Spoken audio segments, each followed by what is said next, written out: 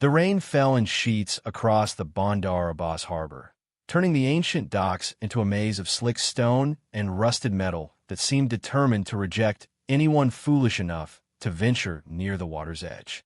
Layla Rashidi stood at Pier 17, her 7-year-old daughter Yasmin pressed against her side, both of them soaked through despite the threadbare umbrella that had given up any pretense of protection 20 minutes ago. The wind coming off the Persian Gulf carried salt and diesel fumes, a combination that made Layla's empty stomach turn with nausea she couldn't afford to acknowledge. The ship rose from the water like something the sea had tried to swallow and failed. 40 meters of corroded steel and splintered wood, listing so severely to starboard that the deck sat at a 20-degree angle. The vessel's name had been scraped away by decades of salt water and neglect, leaving only ghost letters that might have spelled Shahin or Shirin, or nothing coherent at all. Rust ballooned across every surface in patterns that looked almost organic, as though the ship were transforming into something else, something the ocean claimed as its own. Yasmin's small voice cut through the sound of rain hammering against water. "Mama, this is our boat." Layla's throat tightened. The auction notice had listed it as salvage opportunity, sold as is, structural integrity unknown. Buyer assumes all liability.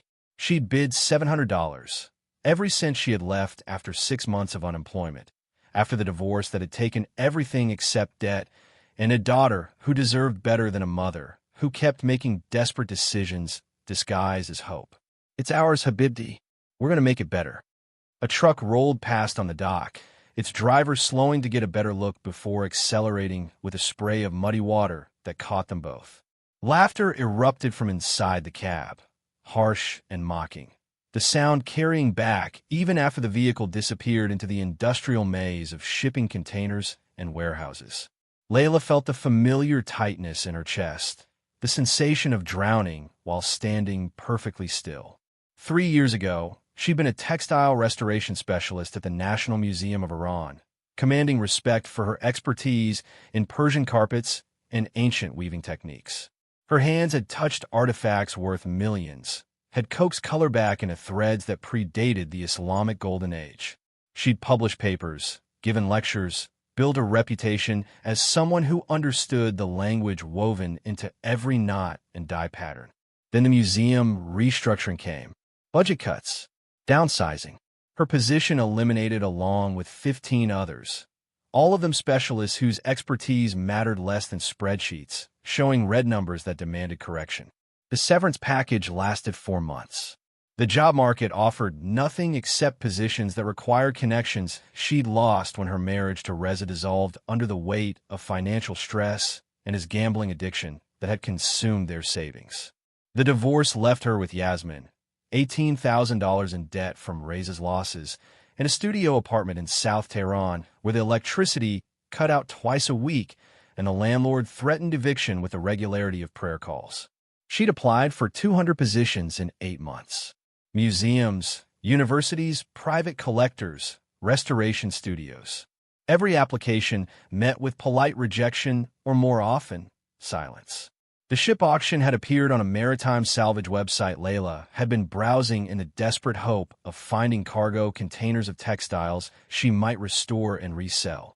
The listing described the vessel as 19th-century Persian merchant ship, partially submerged 1889, recently refloated during harbor dredging operations, contents unknown. $700 for a ship that had spent over a century underwater. The rational part of Layla's mind screamed that this was insanity, that she should save the money for rent, for food, for the basic survival expenses that kept mounting faster than her diminishing resources could address. But the specialist part, the part that recognized patterns and possibilities others missed, had caught on a single detail in the listing. The ship's manifest, discovered in maritime archives, indicated it had been carrying luxury goods for Sultan's palace, including carpets and textiles of exceptional quality. The manifest was dated 1889, the year the ship had sunk during a storm that had claimed 3 vessels and 70 lives. If the cargo had been sealed in the hold, if the water damage hadn't destroyed everything, if by some miracle the textiles had survived in conditions that preserved rather than degraded them, then $700 might become something that could change their lives. It was a long shot. It was probably futile. It was definitely desperate. But Layla had run out of sensible options 6 months ago. A man emerged from a harbormaster's office, clipboard in hand, moving with the bureaucratic efficiency of someone performing a task they'd done 1,000 times. Mid-50s, gray beard trimmed short, wearing a uniform that suggested authority without inspiring confidence. Layla Rashidi? Yes. He glanced at the ship, then back at Layla with an expression that combined pity and judgment. You understand the vessel is sold as is. No refunds, no liability assumed by the Port Authority. You've reviewed the structural assessment? I have. The assessment had been brutal in its honesty. Severe corrosion throughout hull, deck unsafe for habitation, cargo hold flooded, estimated salvage value for scrap metal $700 to $900. The inspector had concluded with the recommendation that the ship be immediately scrapped rather than attempting any form of restoration. The harbor master extended a pen and the transfer documents. Sign here. And ma'am, with all respect, whatever you're planning, reconsider. This ship should have been broken up for parts years ago. It's a death trap. Layla signed with hands that had stopped shaking somewhere between desperation and determination. The legal transfer of ownership felt like signing away her last claim to sanity, but she completed each form with the precise penmanship her mother had taught her when she was Yasmin's age. The ship is accessible during daylight hours. Harbor security requires notification before boarding. Any salvage operations require permits that you'll need to arrange through the Maritime Authority. Structural collapse is a significant risk. Don't bring your daughter anywhere near it. Yasmin had been watching the exchange with the serious attention children develop when they understand that adult decisions shape their reality in ways they can't control. I want to see our boat, Mama. Not today, Habibdi. Today we just look. But even from the dock, Layla could see details that her trained eye cataloged automatically. The ship's construction showed craftsmanship that predated industrial shipbuilding, each plank fitted with precision that spoke of master shipwrights who'd understood how wood and water interacted across decades of use. The damage was extensive, yes, but the underlying structure had been built to last centuries, not just the single voyage that had ended in disaster. They walked the length of the dock, circling the ship at a safe distance. The vessel had settled into the harbor bottom at some point after sinking, sitting upright despite the severe list. The cargo hold access was visible on the port side, a sealed hatch that had somehow remained intact through over a century of submersion. Layla's mind worked through possibilities. If the hold had been sealed when the ship went down, if water pressure had prevented flooding, if the textiles had been packed in the oil-treated canvas typical of Persian cargo vessels, then there was a chance, however slim, that something had survived. But accessing the hold would require equipment she couldn't afford. Pumps to remove water, structural supports to prevent collapse, diving gear if the hold remained flooded, environmental controls to prevent deterioration the moment air reached preserved materials. Every element required money. She didn't have an expertise she'd need to hire. The walk back to their rented room took 2 hours through neighborhoods that grew progressively worse with each kilometer. Yasmin didn't complain, had learned not to complain, walked with the endurance of a child who'd already understood that life demanded more than childhood should require. Their room occupied the 3rd floor of a building that had been condemned twice and remained standing through either corruption or structural stubbornness. One room, 12 square meters, a shared bathroom down the hall that serviced 8 families. Layla had managed to secure a hot plate and a small refrigerator that worked intermittently. The mattress on the floor served as bed for both of them.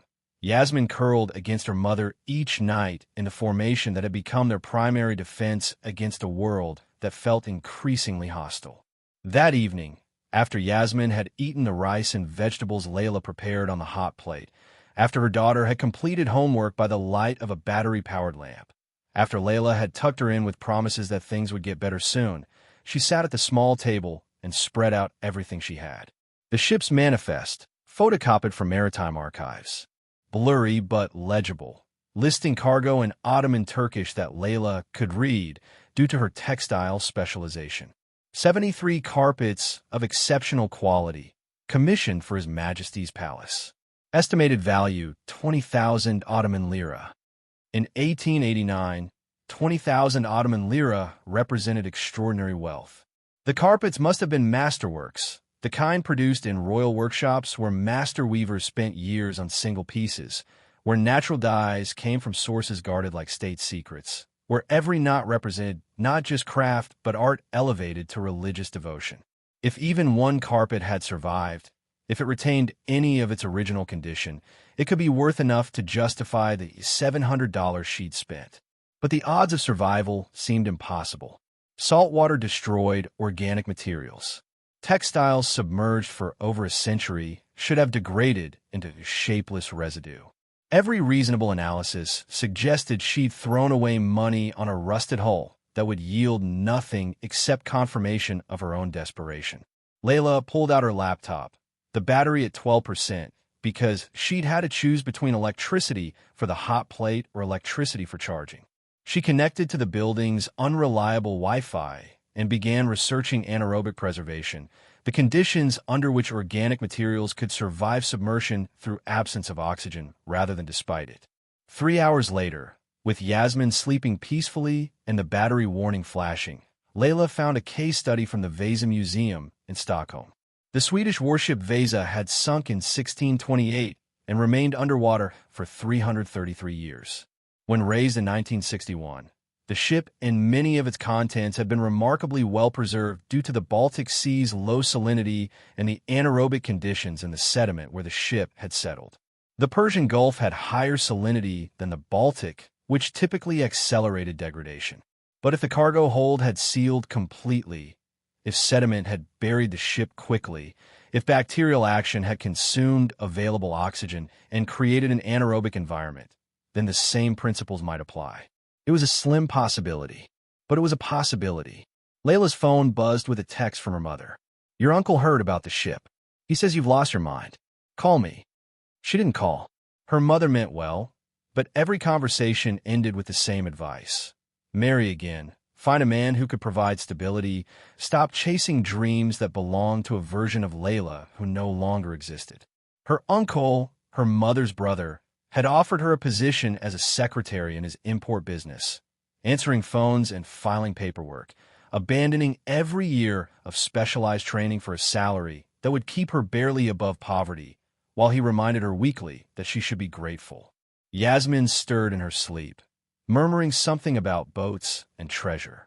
The child dreamed of better things while Layla lay awake calculating debt against impossible odds against the ticking clock of an eviction notice that gave them 23 more days before the landlord could legally force them out. The next morning, Layla enrolled Yasmin in the neighborhood school, a concrete building with broken windows and textbooks that predated the Islamic Revolution. The teacher, Mrs. Ahmadi, welcomed them with kindness that felt genuine rather than obligatory. "Your daughter is bright. She'll do well here." "Thank you. I work irregular hours. If I'm late for pickup, we'll keep her safe. Don't worry." But worry was Layla's constant companion, walking beside her as she took 3 buses to the harbor, as she presented her ownership documents to security, as she approached the ship in daylight with equipment borrowed from a former colleague who'd asked no questions except, "Are you sure about this?" The equipment consisted of a waterproof flashlight, a portable pump rated for 50 liters per minute, and a respirator mask in case the hold contained toxic gases from decades of decay. It wasn't enough for a proper salvage operation, but it was enough to assess whether proceeding further made any sense. The ship's deck groaned under Layla's weight, with flexing in ways that suggested imminent collapse. She moved carefully, distributing her weight, testing each step before committing. The severe list made movement treacherous, every surface angled wrong, balance constantly challenged by geometry that fought against human locomotion. The cargo hold hatch sat amidships, sealed with iron bands that had rusted into a solid mass. Layla worked at them with a crowbar, applying pressure carefully, aware that too much force might trigger structural collapse that would send her plunging into flooded spaces below. 20 minutes of sustained effort produced movement. The first band cracked free, falling away in chunks of oxidized metal. The second required less force, already compromised by the first removal. The third separated completely, and the hatch cover shifted with a sound like something ancient waking from sleep. It should have been allowed to continue. Layla lifted the hatch slowly, muscles straining against weight and corrosion. Light flooded into the hold, revealing water that filled the space to within 2 meters of the deck level. The smell that emerged was complex, organic decay mixed with salt and something else, something that made Layla's breath catch with recognition. Lanolin, the distinct scent of wool fat, used for centuries to protect fibers from moisture and insects. She aimed her flashlight into the water, seeing shapes beneath the surface. Rectangular forms, stacked in rows, wrapped in what looked like oil-treated canvas that had darkened to black, but appeared intact. Layla's hands started shaking. Those shapes matched the dimensions of roll carpets. The canvas wrapping matched historical shipping practices for valuable textiles. The lanolin scent suggested the wool had been treated with preservatives before shipping. This was real. The cargo existed. Whether it had survived in any usable condition remained unknown. But it was here, beneath her, waiting to reveal whether her $700 had purchased salvation or confirmed her descent into complete foolishness. She set up the portable pump, lowering the intake hose into the hold. The motor coughed to life, pulling water at 50 liters per minute, a rate that would require days to empty a hold this size. But Layla needed only to lower the water level enough to reach the uppermost cargo, to extract one sample that could tell her whether proceeding further made sense. 6 hours later, with the sun descending toward the Gulf horizon and the water level down by approximately half a meter, Layla could see the top of the uppermost bundle clearly. The canvas showed no obvious signs of deterioration, though it was impossible to know what had happened to the contents inside. She needed to extract it, to open it in controlled conditions, to assess actual preservation status. But lifting even a single rolled carpet from the hold would require help she couldn't afford and equipment she didn't have. Layla's phone buzzed. Her mother again, this time calling. She answered, keeping her voice steady despite exhaustion and rising hope. Layla, where are you? Working, Mama. On that ridiculous ship? Your uncle says the whole harbor is laughing at you. A woman with a child, throwing money away on scrap metal. This is what happens when you refuse to listen to family. Layla watched water drain from the hold, watched the outline of treasure emerge from darkness, watched possibility take shape and dimensions she could measure and touch rather than just imagine. I need to go, Mama. I'll call you later. Layla, please. Marry Hassan. He's a good man. He has a business. He'll take care of you and Yasmin. This pride of yours is going to destroy you. Hassan was her mother's cousin's son, 15 years older than Layla, twice divorced, with wandering hands and the assumption that Layla should be grateful for his interest. The thought of marrying him, of letting him touch her, of raising Yasmin in a household where gratitude was expected in exchange for basic survival, made Layla's stomach turn with revulsion stronger than hunger. Goodbye, Mama. She ended the call and returned her attention to the hold, to the shapes that held her future, to the choice she'd made that looked increasingly less foolish with every liter of water the pump removed. As darkness fell and harbor security informed her she needed to leave, Layla marked the water level and covered the hatch. Tomorrow she would return. Tomorrow she would find a way to extract one bundle. Tomorrow she would discover whether her expertise in textile preservation could see what others had missed, whether the patterns she'd learned to read in ancient threads could guide her toward salvation or merely confirm her fall. Walking back to collect Yasmin from school, riding 3 buses through rush-hour traffic, Layla felt something unfamiliar stirring beneath the exhaustion and fear. Not quite hope, but the possibility of hope, the recognition that sometimes the difference between disaster and triumph came down to nothing more than the courage to look beneath the surface and see what remained hidden from those who lacked the knowledge to understand what they were seeing. The ship had waited 134 years to be found. Layla had spent 3 years falling from security into desperation. Their intersection felt less like coincidence and more like the pattern she'd been trained to recognize. The way individual threads came together in configurations that created meaning visible only to those who understood the language of connection and persistence, and the refusal to accept that beauty and value could be destroyed simply because they'd been submerged, forgotten, dismissed as worthless by those who measured only surface appearances. That night, after Yasmin had eaten and completed homework and fallen asleep against Layla's side, after the building's electricity had cut out for the third time that week, Layla lay in darkness and calculated what would be required to properly salvage the ship's cargo. Professional pumping equipment, $12,000 minimum. Structural assessment and stabilization, $8,000. Environmental controls for preservation, $15,000. Transportation for extracted materials, $3,000.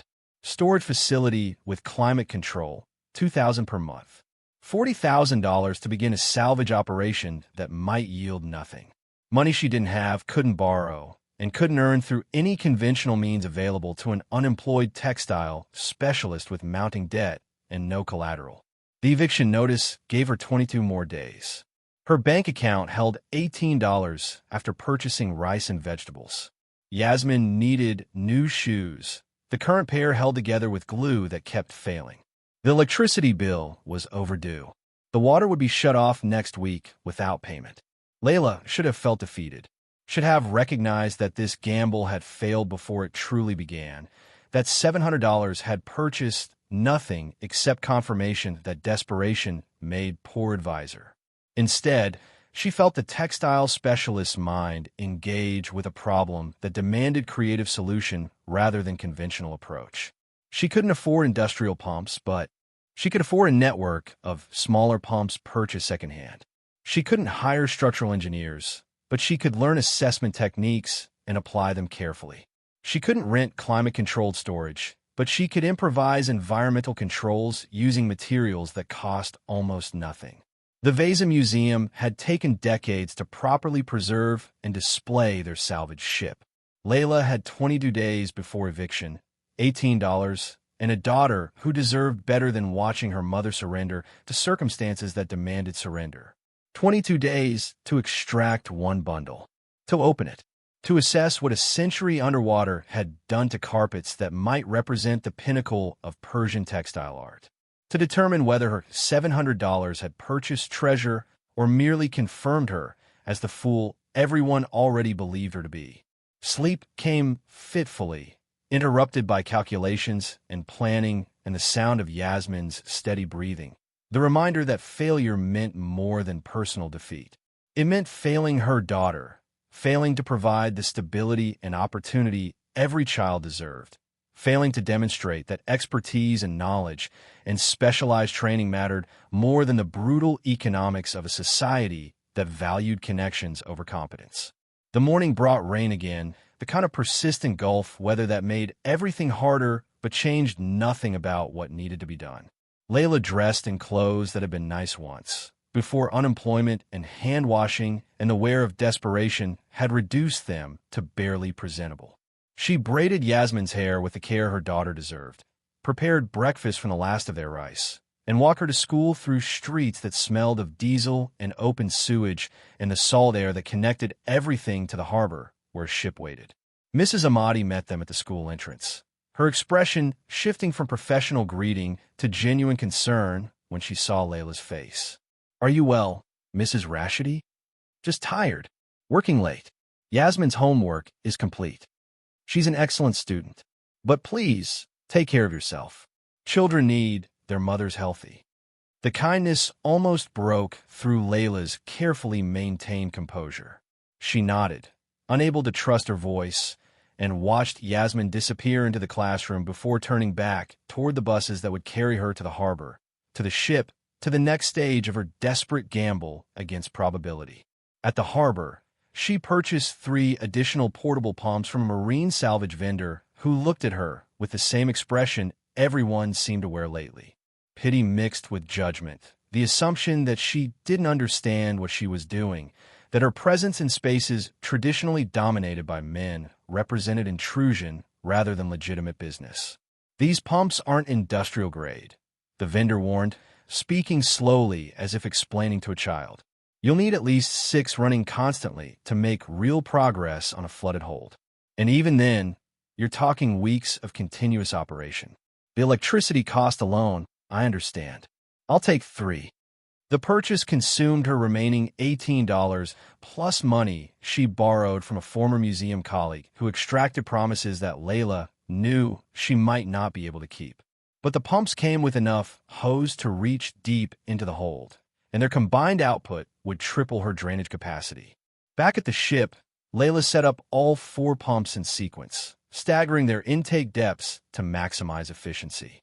The combined noise was tremendous, a mechanical roar that drew curious glances from dock workers and harbor personnel who paused to watch the crazy woman who'd bought a derelict ship working alone on a vessel that should have been scrapped years ago. She ignored them, focused on the water level that dropped measurably now, centimeter by centimeter, revealing more of the cargo bundles with each passing hour. The canvas wrapping remained intact, still showing no obvious deterioration, the oil treatment apparently having done its job across a century of submersion. By early afternoon, the uppermost bundle sat partially exposed, its top half clear of water. Layla could see the careful way it had been wrapped, multiple layers of canvas sewn with waterproof stitching, sealed with what looked like pitch or tar at every seam. Whoever had prepared this cargo for transport had understood the value of what they were shipping, had taken precautions that went beyond standard practice. The bundle measured approximately 4 meters long and half a meter in diameter, dimensions consistent with a large roll carpet. Layla estimated its weight at 70 to 80 kilograms, too heavy for her to extract alone, but light enough that proper leverage might allow her to lift one end and assess what existed beneath the protective wrapping. She descended carefully into the hold, the water now at waist level, cold enough to make her gasp despite layers of clothing. The bundle felt solid under her hands, the canvas intact but softened by prolonged submersion. She worked at the stitching along one end, using a knife to carefully separate threads that had become brittle with age. The canvas separated slowly, revealing another layer beneath, then another. 7 layers total before Layla's knife found something different. Not canvas, but fabric that felt familiar under her fingertips despite being saturated with seawater and time. She pulled back the final protective layer, and her breath caught with recognition, so sharp it felt like physical pain. Silk. Deep crimson silk, the color still vibrant despite everything, woven with a density that indicated master craftsmanship. And worked into the silk, patterns that Layla recognized instantly despite deterioration and distortion. This was Persian court carpet work, the kind produced in royal workshops during the Qajar dynasty, when the finest weavers in the empire competed to create pieces worthy of sultans and shahs. The kind that museums displayed behind climate control glass with armed guards stationed nearby. The kind worth fortunes. Layla's hands trembled as she covered the exposed section carefully, rewrapping it to prevent further deterioration. She couldn't extract it yet, couldn't properly assess its condition, couldn't determine how much had survived and how much had degraded beyond recovery. But she'd seen enough to know that her $700 hadn't purchased scrap metal and foolish dreams. She'd purchased treasure that had been waiting 134 years for someone with the expertise to recognize its value beneath layers of protective canvas and seawater and the assumptions of everyone who'd seen only a worthless wreck. The cold of the Persian Gulf water had seeped into Layla's bones by the time she climbed out of the hold, muscles trembling with exhaustion and the shock of discovery. She stood on the tilted deck, looking down at the bundles still submerged, trying to calculate the impossible mathematics of what she'd found. If one carpet had survived in recognizable condition, others might have as well. The manifest listed 73 pieces. Even if only half had been preserved, even if condition varied dramatically, the potential value exceeded anything her desperate mind had allowed herself to imagine. But potential value meant nothing without the resources to properly extract, preserve, and authenticate what she'd found. And she had 21 days until eviction, negative $37 in her account after purchasing the pumps, and no credible way to convince anyone that a sunken ship held millions in preserved textiles. The harbor master appeared at the dock's edge, his expression suggesting he'd been watching her work with growing concern rather than curiosity. "Mrs. Rashidi, I need to speak with you about safety protocols." Layla secured the hold hatch before approaching, aware that soaked clothing and visible exhaustion didn't present the professional image that might have commanded respect in different circumstances. "I'm following all posted guidelines. You're working alone on a structurally unsound vessel. Harbor regulations require salvage operations to be conducted by licensed crews with proper insurance. What you're doing could be classified as reckless endangerment." The words were delivered without malice, but Layla heard the implication clearly. He could shut down her access to the ship with a single authorization, could cite regulations that she lacked resources to challenge or overcome. "I'm simply assessing the vessel's contents, not conducting salvage operations yet." "And what have you found in your assessment?" Layla met his gaze directly, making a calculated decision about truth and strategic disclosure. "Cargo that may have historical value. I'm still determining condition and viability for preservation." The harbor master's expression shifted slightly, professional skepticism giving way to something that might have been genuine interest. "What kind of cargo?" "Textiles. Persian carpets commissioned for palace use in the late 19th century. The manifest lists 73 pieces. Carpets that have been underwater for over a century." His tone made clear what he thought of that possibility. "Mrs. Rashidi, with respect, organic materials don't survive that kind of submersion. Whatever's in that hold has degraded to sludge by now." The Vasa Museum in Stockholm would disagree. Swedish warship, 333 years underwater, organic materials preserved through anaerobic conditions. The same principles may apply here. He studied her with an expression that suggested he was reassessing his initial judgment. "You're a textile specialist." "I was." "National Museum of Iran, Textile Restoration Department. 8 years of experience with Persian carpets ranging from Safavid dynasty through modern era. I know what preservation looks like under extreme conditions." "And you think these carpets are worth the risk you're taking?" Layla thought about the crimson silk she'd glimpsed, the pattern quality that spoke of master craftsmen working at the height of their abilities, the careful preservation measures that suggested someone had known exactly how valuable the cargo was. "I think they're worth more than this harbor, this city, possibly this entire province has seen in legitimate historical artifacts, if even a fraction have survived in displayable condition." The harbor master was quiet for a long moment, looking at the ship with new consideration. Historical artifacts of that value would require authentication, documentation, provenance that can withstand scholarly scrutiny. "I have the original shipping manifest, maritime records showing the vessel's registry and cargo declaration, documentation of the sinking from contemporary newspaper accounts, everything needed to establish chain of custody and historical context. Assuming the physical items match the documentation. Assuming they've survived in recognizable form. That's a lot of assumptions, Mrs. Rashidi. I've spent my career working with assumptions that most people dismiss as impossible. Restoring textiles that experts said were beyond recovery. Identifying forgeries that had fooled collectors for decades. Reading patterns in damaged materials that revealed techniques lost for centuries. Layla's voice carried the authority of expertise she'd earned through work that had once commanded respect, before unemployment had stripped away external validation. I know what I'm looking at in that hold. The question is whether I'll be allowed to properly extract and preserve it. The harbor master glanced around the dock, checking whether their conversation had drawn attention.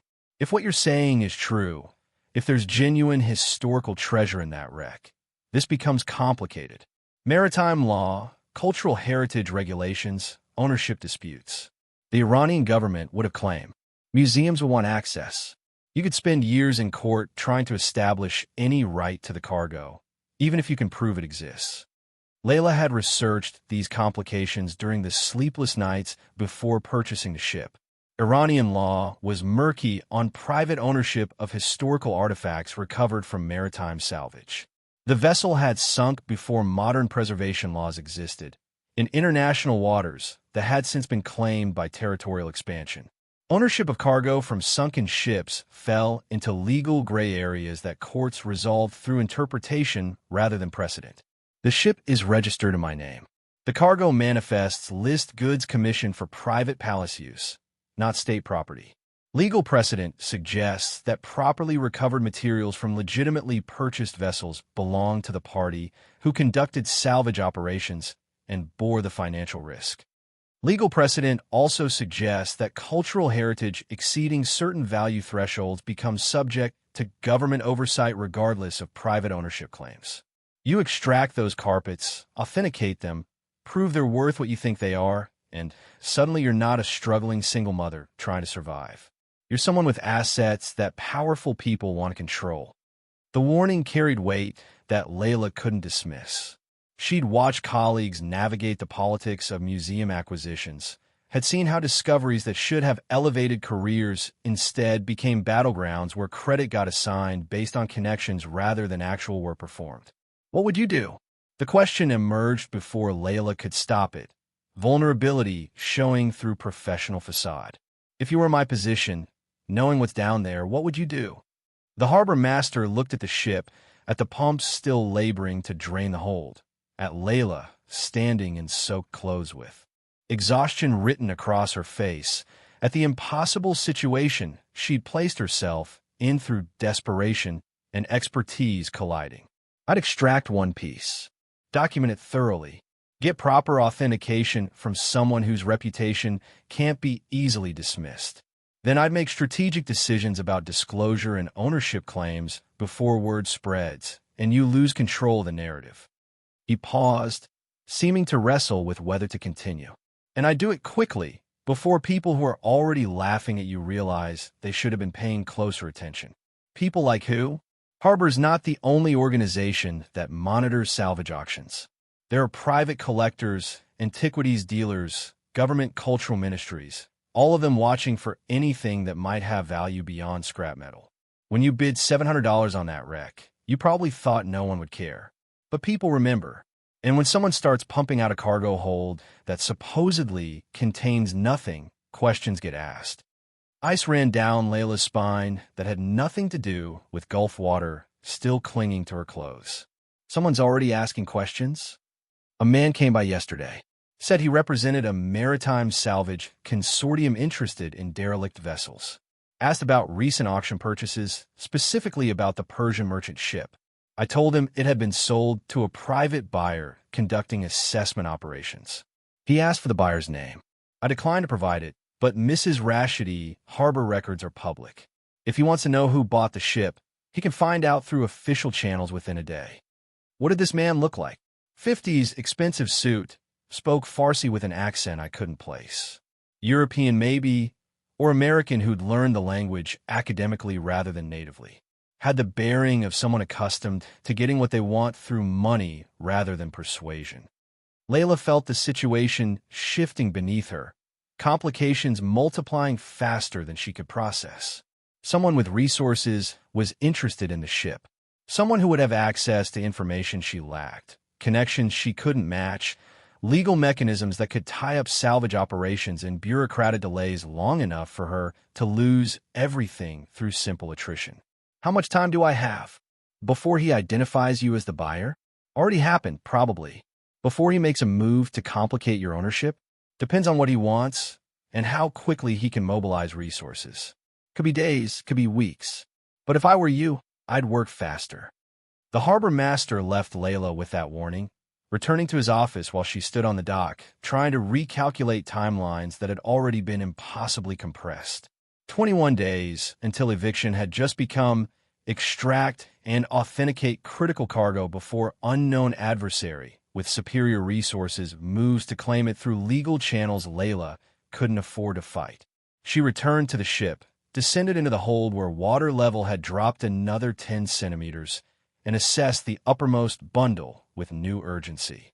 Extracting alone remained impossible, the weight and awkward dimensions exceeding what she could manage without help or equipment.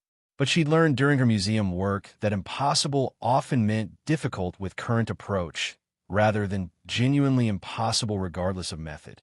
The trick was finding the approach that worked within available constraints. Layla ran calculations based on leverage and buoyancy. The bundle was still partially submerged. If she could attach flotation to one end while securing the other to a pulley system, she might be able to angle it upward enough to slide it onto the deck without requiring pure lifting strength. She left the ship and walked the harbor's edge, looking for materials that cost nothing because they'd been abandoned or discarded. 3 damaged dock bumpers, the kind used to prevent boats from striking concrete pilings directly. 2 sections of cargo net, torn but usable for her purposes. 50 meters of rope that had been deemed unsafe for maritime use, but would hold temporary loads if distributed properly. The search consumed 3 hours and attracted curious glances from dock workers who'd marked her as the crazy woman with the worthless ship. Their conversations carried clearly across water and concrete. Still trying to find treasure in that rust bucket. I give her another week before reality sets in. Should have spent that $700 on her kid instead of feeding delusions. Layla ignored them with practice born from months of public struggling, focused on gathering what she needed and returning to the ship before daylight failed. The dock bumpers would provide flotation. The cargo net would distribute weight across the bundle surface. The rope would connect to the ship's deck supports, creating a pulley system that multiplied her available force. By late afternoon, she'd rigged a system that looked precarious but followed sound engineering principles. The dock bumpers were lashed to the bundle's exposed end. The cargo net wrapped the middle section. The rope ran through a pulley secured to a deck beam that groaned but held when tested with her full weight. Layla pulled, using her body weight and leverage rather than just muscle strength. The bundle shifted slightly, the flotation doing its job, angling the wrapped cargo upward by precious degrees. She adjusted position and pulled again, gaining another few centimeters. Repeated the process, sweat mixing with seawater, hands developing blisters that opened, and continued working anyway. 3 hours of sustained effort moved the bundle from fully submerged to partially resting on the hold's edge. Another hour of careful maneuvering brought it high enough that Layla could wedge boards underneath, creating a ramp. A final desperate effort, muscles screaming and vision narrowing with exhaustion, slid the bundle onto the tilted deck where it lay like something the sea had finally agreed to release.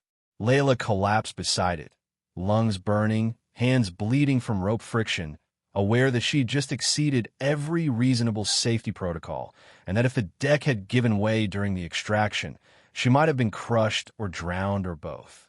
But the bundle was out. The first of 73, if the manifest was accurate. The proof that her $700 had purchased something real. She covered it with a tarpaulin she'd brought from their room, securing it against weather and preventing casual observation. The harbor's evening shift was arriving, new faces that might ask questions she didn't want to answer yet. Tomorrow she would return with better transport, move the bundle to storage she didn't yet have, begin the delicate process of unwrapping and assessing what a century underwater had done to textile art that might be priceless or might be degraded beyond recovery. The bus ride back across the city gave Layla time to process pain and accomplishment in equal measure. Every muscle ached. Her hands could barely grip the overhead rail. Her clothes had dried into stiff fabric that chafed against skin rubbed raw by wet material and physical labor. But she'd extracted the first bundle, had moved impossible weight through improvised engineering, had proven to herself, if no one else yet, that expertise and determination could accomplish what conventional wisdom dismissed as fantasy. Yasmin was waiting outside the school with Mrs. Ahmadi, the only child remaining from the day's roster. Layla's heart clenched with guilt at being late, at forcing her daughter to wait while teachers stayed beyond duty hours. "I'm so sorry. The work took longer than expected." Mrs. Ahmadi's expression combined concern and something that might have been admiration. "Yasmin told me about the ship, about the carpets you think might be inside. It sounds like extraordinary work you're attempting." Layla hadn't wanted Yasmin sharing details, had hoped to keep their situation private until she had concrete results to show rather than just desperate hope. But children talked, especially children who'd been taught that their mother's work mattered, that expertise was something to take pride in even when the world seemed determined to dismiss it. It's complicated. I'm still assessing whether it's viable. Yasmin is very proud of you. She told the class her mother is going to discover treasure. The other children think it's wonderful. Wonderful until they discover the treasure was probably ruined, probably worthless, probably just another confirmation that Layla Rashidi made choices that looked foolish to everyone except the person making them. They walked home together, Yasmin chattering about her day with the resilience of childhood that allowed joy to exist alongside hardship without requiring one to cancel the other. She made a friend, a girl named Samira who liked drawing. They'd sat together at lunch. Samira had shared her fruit because Yasmin's lunch had been just bread and cheese. The detail landed like a small knife. Yasmin needing charity from classmates because her mother couldn't provide adequate meals. The shame of it mixed with gratitude for children who shared without judgment, who saw needs and met them without considering the social implications that adults would have calculated. Their room felt smaller than usual when they returned, the walls pressing in with reminder of how little space they occupied in a city of millions. Layla prepared dinner from rice and canned beans, stretching provisions that were supposed to last 3 more days. Yasmin ate without complaint, did homework with the seriousness of a child who understood that education mattered, that knowledge was the pathway to futures better than present circumstances. After Yasmin had fallen asleep, Layla sat at the small table and faced the reality she'd been avoiding all day. The bundle was extracted, yes, but she couldn't leave it on the ship's deck. Weather would damage it. Theft was possible despite harbor security, and she needed to unwrap it, assess condition, document what she'd found before taking any further steps. But unwrapping required controlled environment, tools for careful separation of layers, photography equipment to document every stage, preservation materials to prevent deterioration the moment air reached fibers that had been sealed for over a century, none of which she had, none of which she could afford, none of which she could acquire without revealing what she'd found to people who would immediately understand the implications. Layla pulled out her phone and scrolled through contacts she hadn't called in months. Former colleagues from the museum, fellow specialists who'd scattered to universities and private institutions after the restructuring. People who'd once respected her work, who might remember that respect enough to help despite her current circumstances. She stopped at Dr. Reza Sharifi's name. Not her ex-husband, but her former supervisor at the museum, the man who'd taught her advanced textile analysis and had written the recommendations that had established her reputation. He'd been devastated by the restructuring, had fought to keep his department intact, had failed through no fault of his own. The last time they'd spoken, 3 months ago, he'd been teaching at Tehran University and consulting privately with collectors who could afford his expertise. He'd offered to connect Layla with potential restoration clients, but she'd been too proud to accept help that felt like charity. Now pride was a luxury she couldn't afford. She called before she could reconsider. The phone rang 4 times before his familiar voice answered, cautious because he didn't recognize the number. Dr. Sharifi, it's Layla Rashidi. Silence, then warmth flooding his tone. Layla, it's been too long. How are you? The question invited honesty she didn't want to share, but Dr. Sharifi had earned it through years of mentorship that had valued her growth over his convenience. Struggling, but I found something extraordinary. I need your help. She explained in broad strokes. The ship auction, the manifest listing palace carpets, the extraction of the first bundle, the potential value if preservation had occurred against probability. Dr. Sharifi listened without interruption until she finished, then spoke with the careful precision of someone choosing words that would shape decisions with lasting consequences. If what you're describing is accurate, if Qajar dynasty court carpets have survived in any recognizable form, this could be the most significant textile discovery in decades. But Layla, authentication of such materials requires institutional support, documentation chains that individual specialists can't provide alone. You'll need university backing, museum involvement, government cultural ministry oversight, all of which will result in ownership claims that push me out of any financial benefit. I bought that ship. I'm conducting the salvage. I should have rights to what I recover. Morally, yes. Legally, it depends on value and cultural significance. Items exceeding certain thresholds become national heritage by default regardless of recovery circumstances. You know this.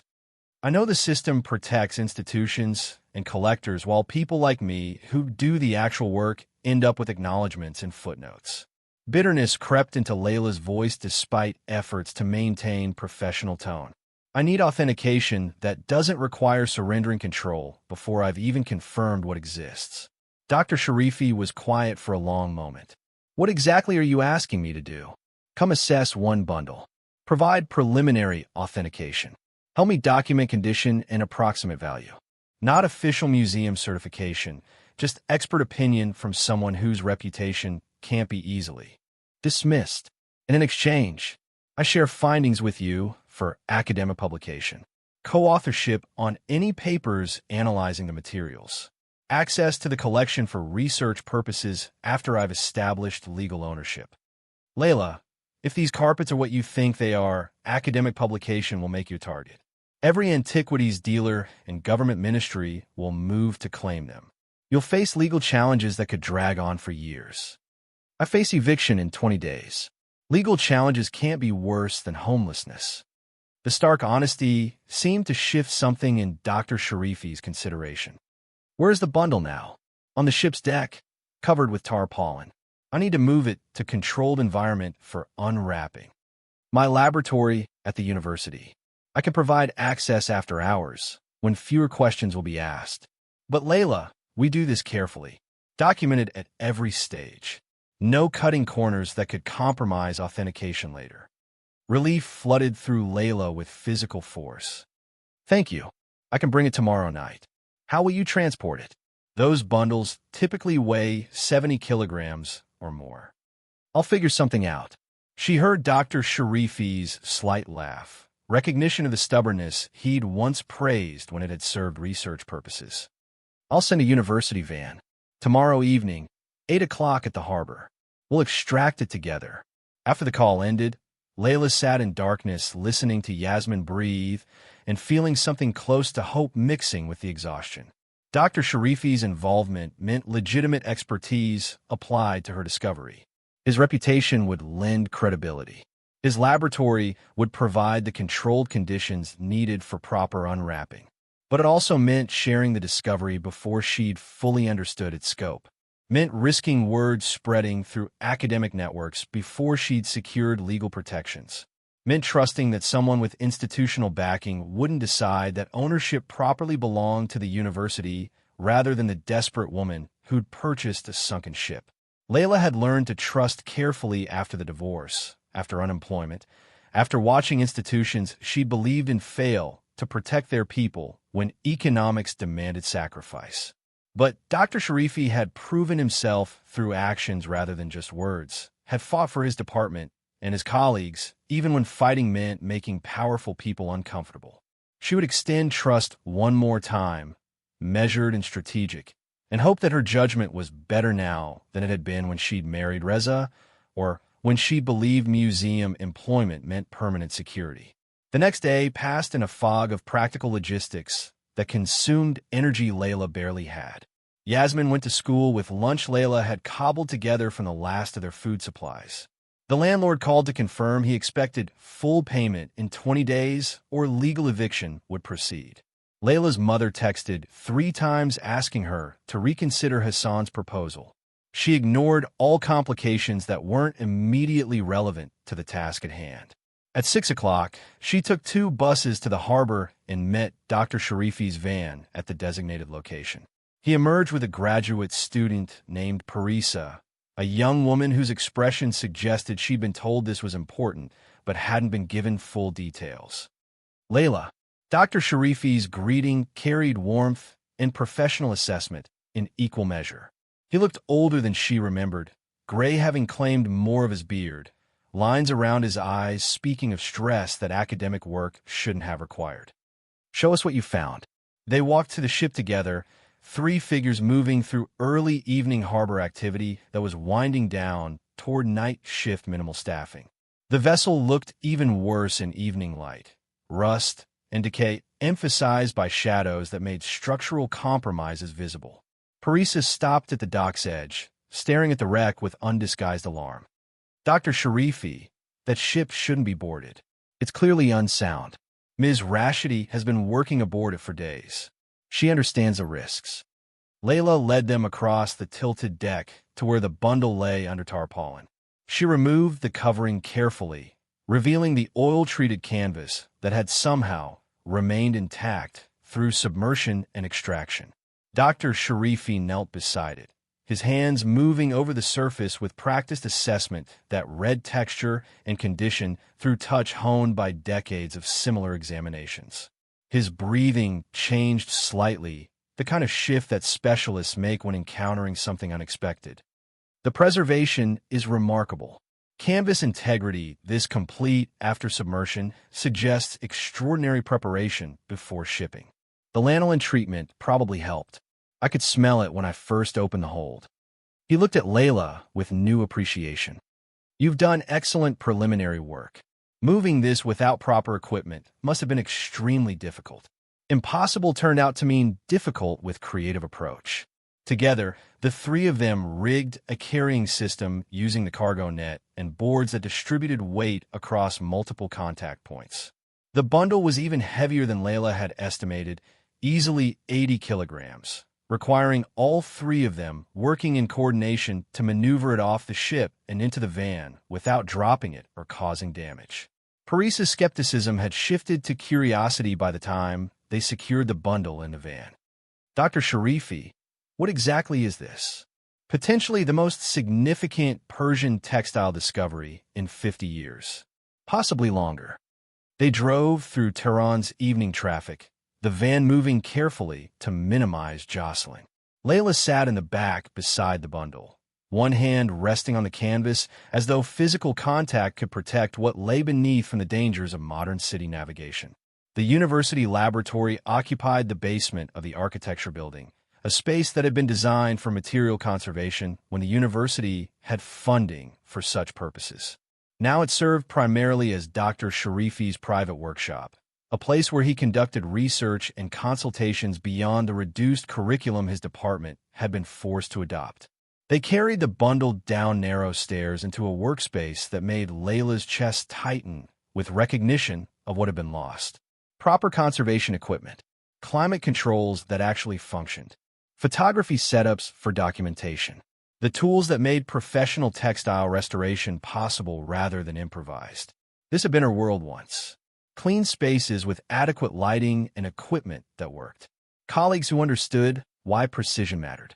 Work that contributed to preservation of cultural heritage rather than just personal survival. Dr. Sharifi set up his camera system while Parisa prepared the examination table, covering it with archival paper that would prevent contamination while allowing them to work.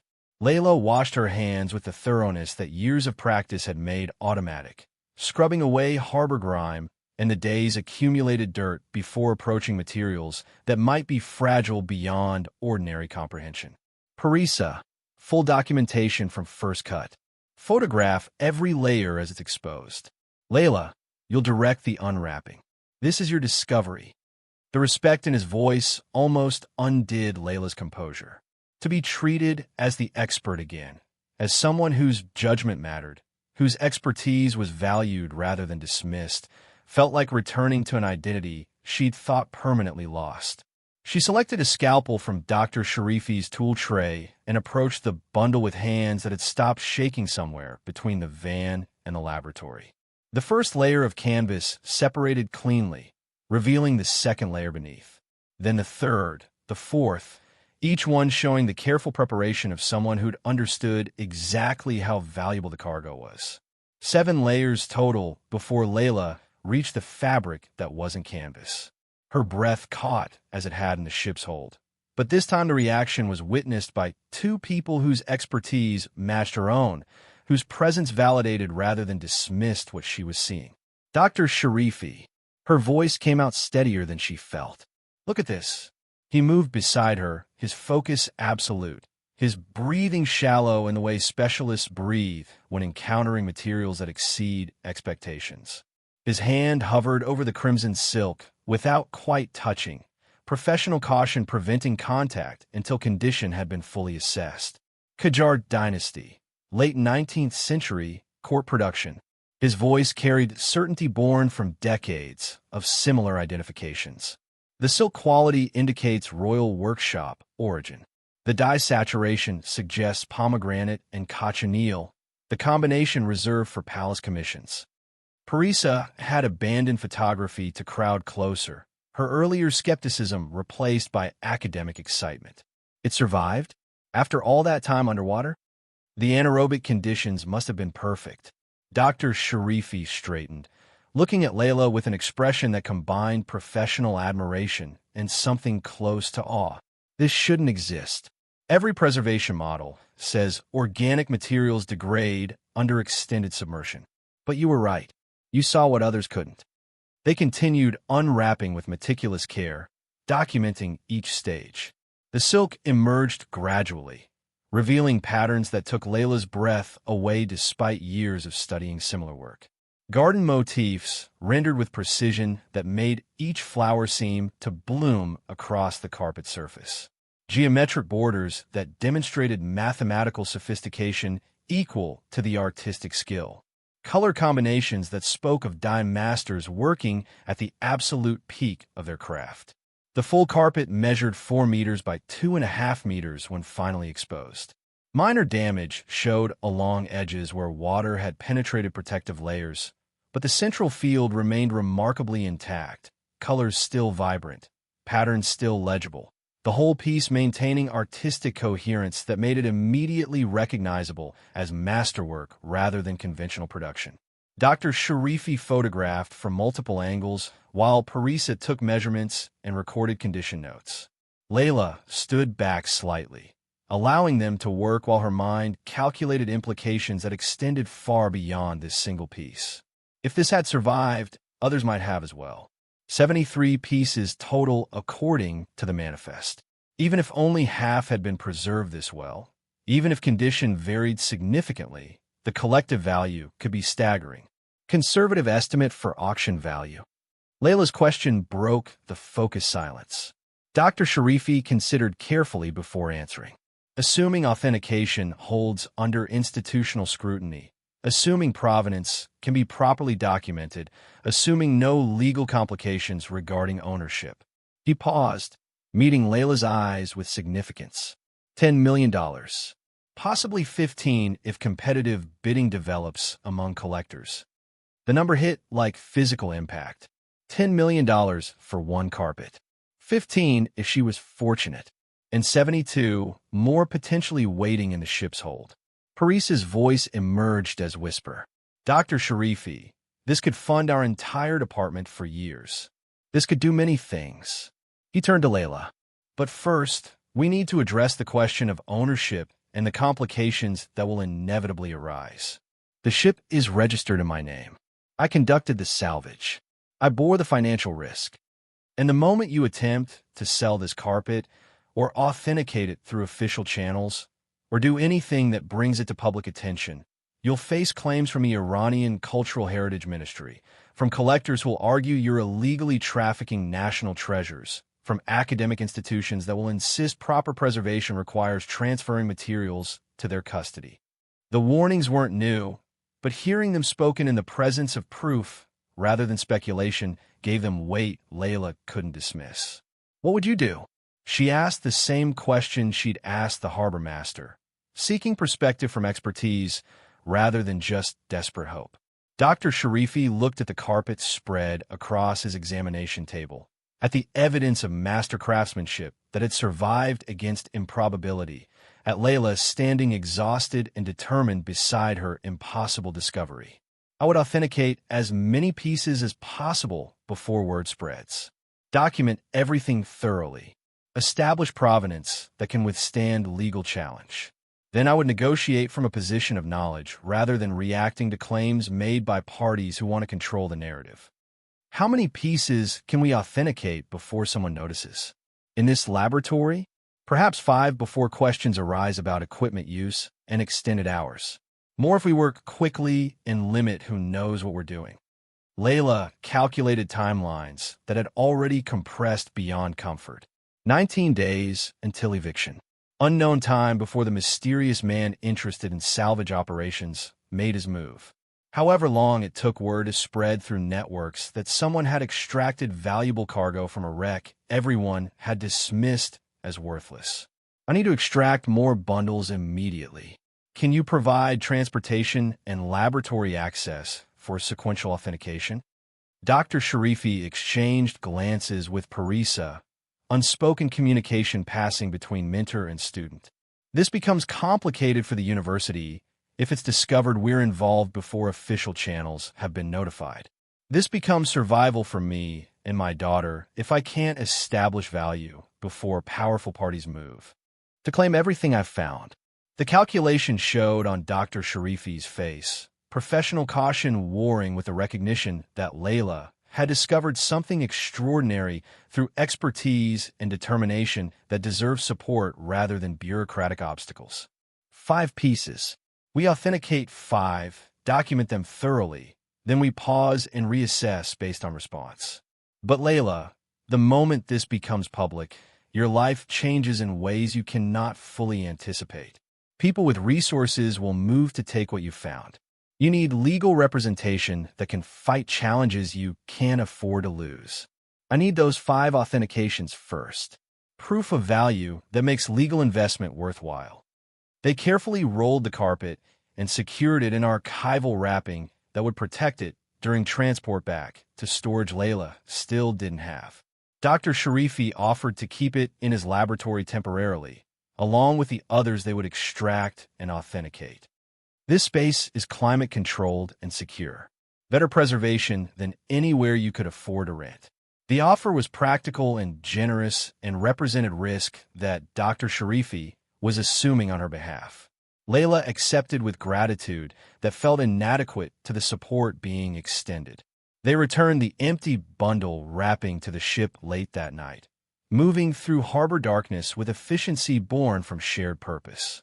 Layla stood on the tilted deck looking down into the hold, where 72 more bundles waited, calculating how quickly she could extract them working alone versus the risk of recruiting help that might spread word before she was ready.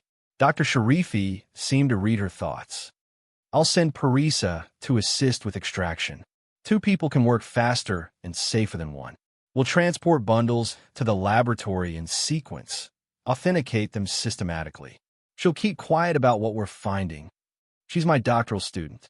She understands discretion and academic ethics, and she recognizes that being part of this discovery will shape her career in ways conventional research never could.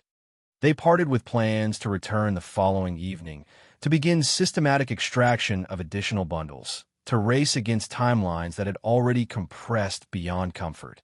Layla took buses back across the city, arriving at their room well past midnight. Yasmin was asleep, having put herself to bed with the independence that broke Layla's heart and made her proud in equal measure. She lay down beside her daughter, too exhausted to sleep despite physical depletion. Her hands still bore marks from rope friction.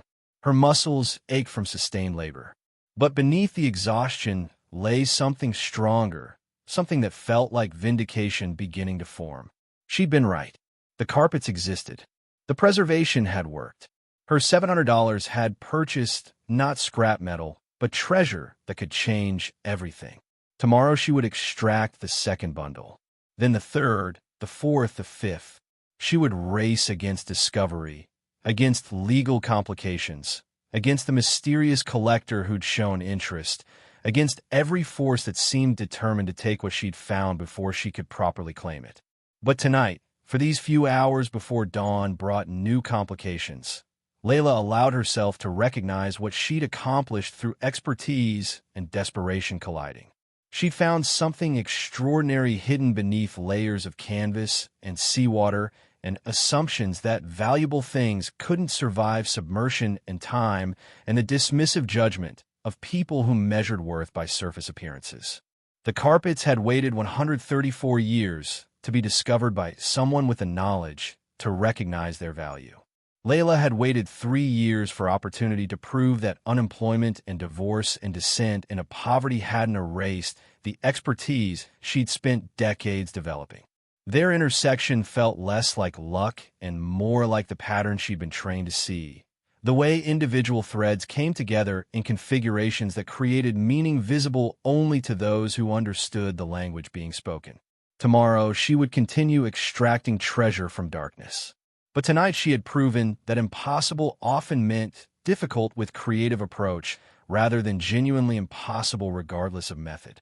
And that sometimes desperation created the perfect conditions for expertise to flourish in ways comfort and security never could. The knock came at 4 in the morning, sharp and deliberate, the kind of sound designed to penetrate sleep and announce authority without requiring words.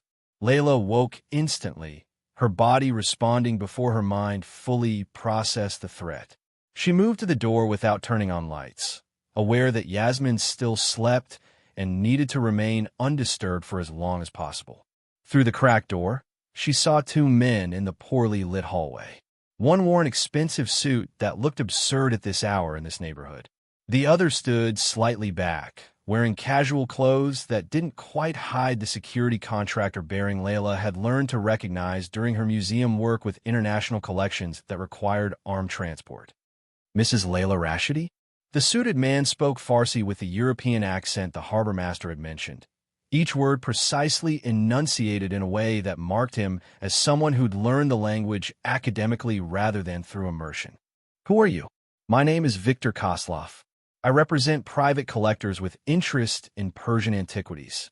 I understand you've recently acquired a vessel at maritime auction. Layla kept the door mostly closed, her body blocking any view into the room where Yasmin slept and where nothing existed that she wanted strangers cataloging. It's 4 in the morning. I apologize for the hour, but the matter is time-sensitive. May I come in? I have a business proposition that could resolve your financial difficulties. The casual mention of her financial situation confirmed what Layla had already suspected. Someone had been researching her circumstances, gathering information about debt and unemployment and desperation that made her vulnerable to pressure disguised as opportunity. I'm not interested in business propositions at 4 in the morning. Come back at a reasonable hour. Koslov's expression shifted slightly, professional courtesy giving way to something harder. Mrs. Rashidi, I'm trying to be respectful, but let me be clear about your situation. You purchased a derelict vessel hoping to find valuable cargo. You've extracted at least 1 bundle from the hold. You're working with Dr. Reza Sharifi at Tehran University, using his laboratory for authentication that you're conducting without proper Cultural Heritage Ministry notification. Ice flooded Layla's veins. He knew about the extraction, about Dr. Sharifi's involvement, about work they'd conducted just hours ago, which meant someone had been watching more carefully than she'd realized, tracking her movements and connections with efficiency that suggested resources she couldn't hope to match. What do you want? I want to purchase your salvage rights.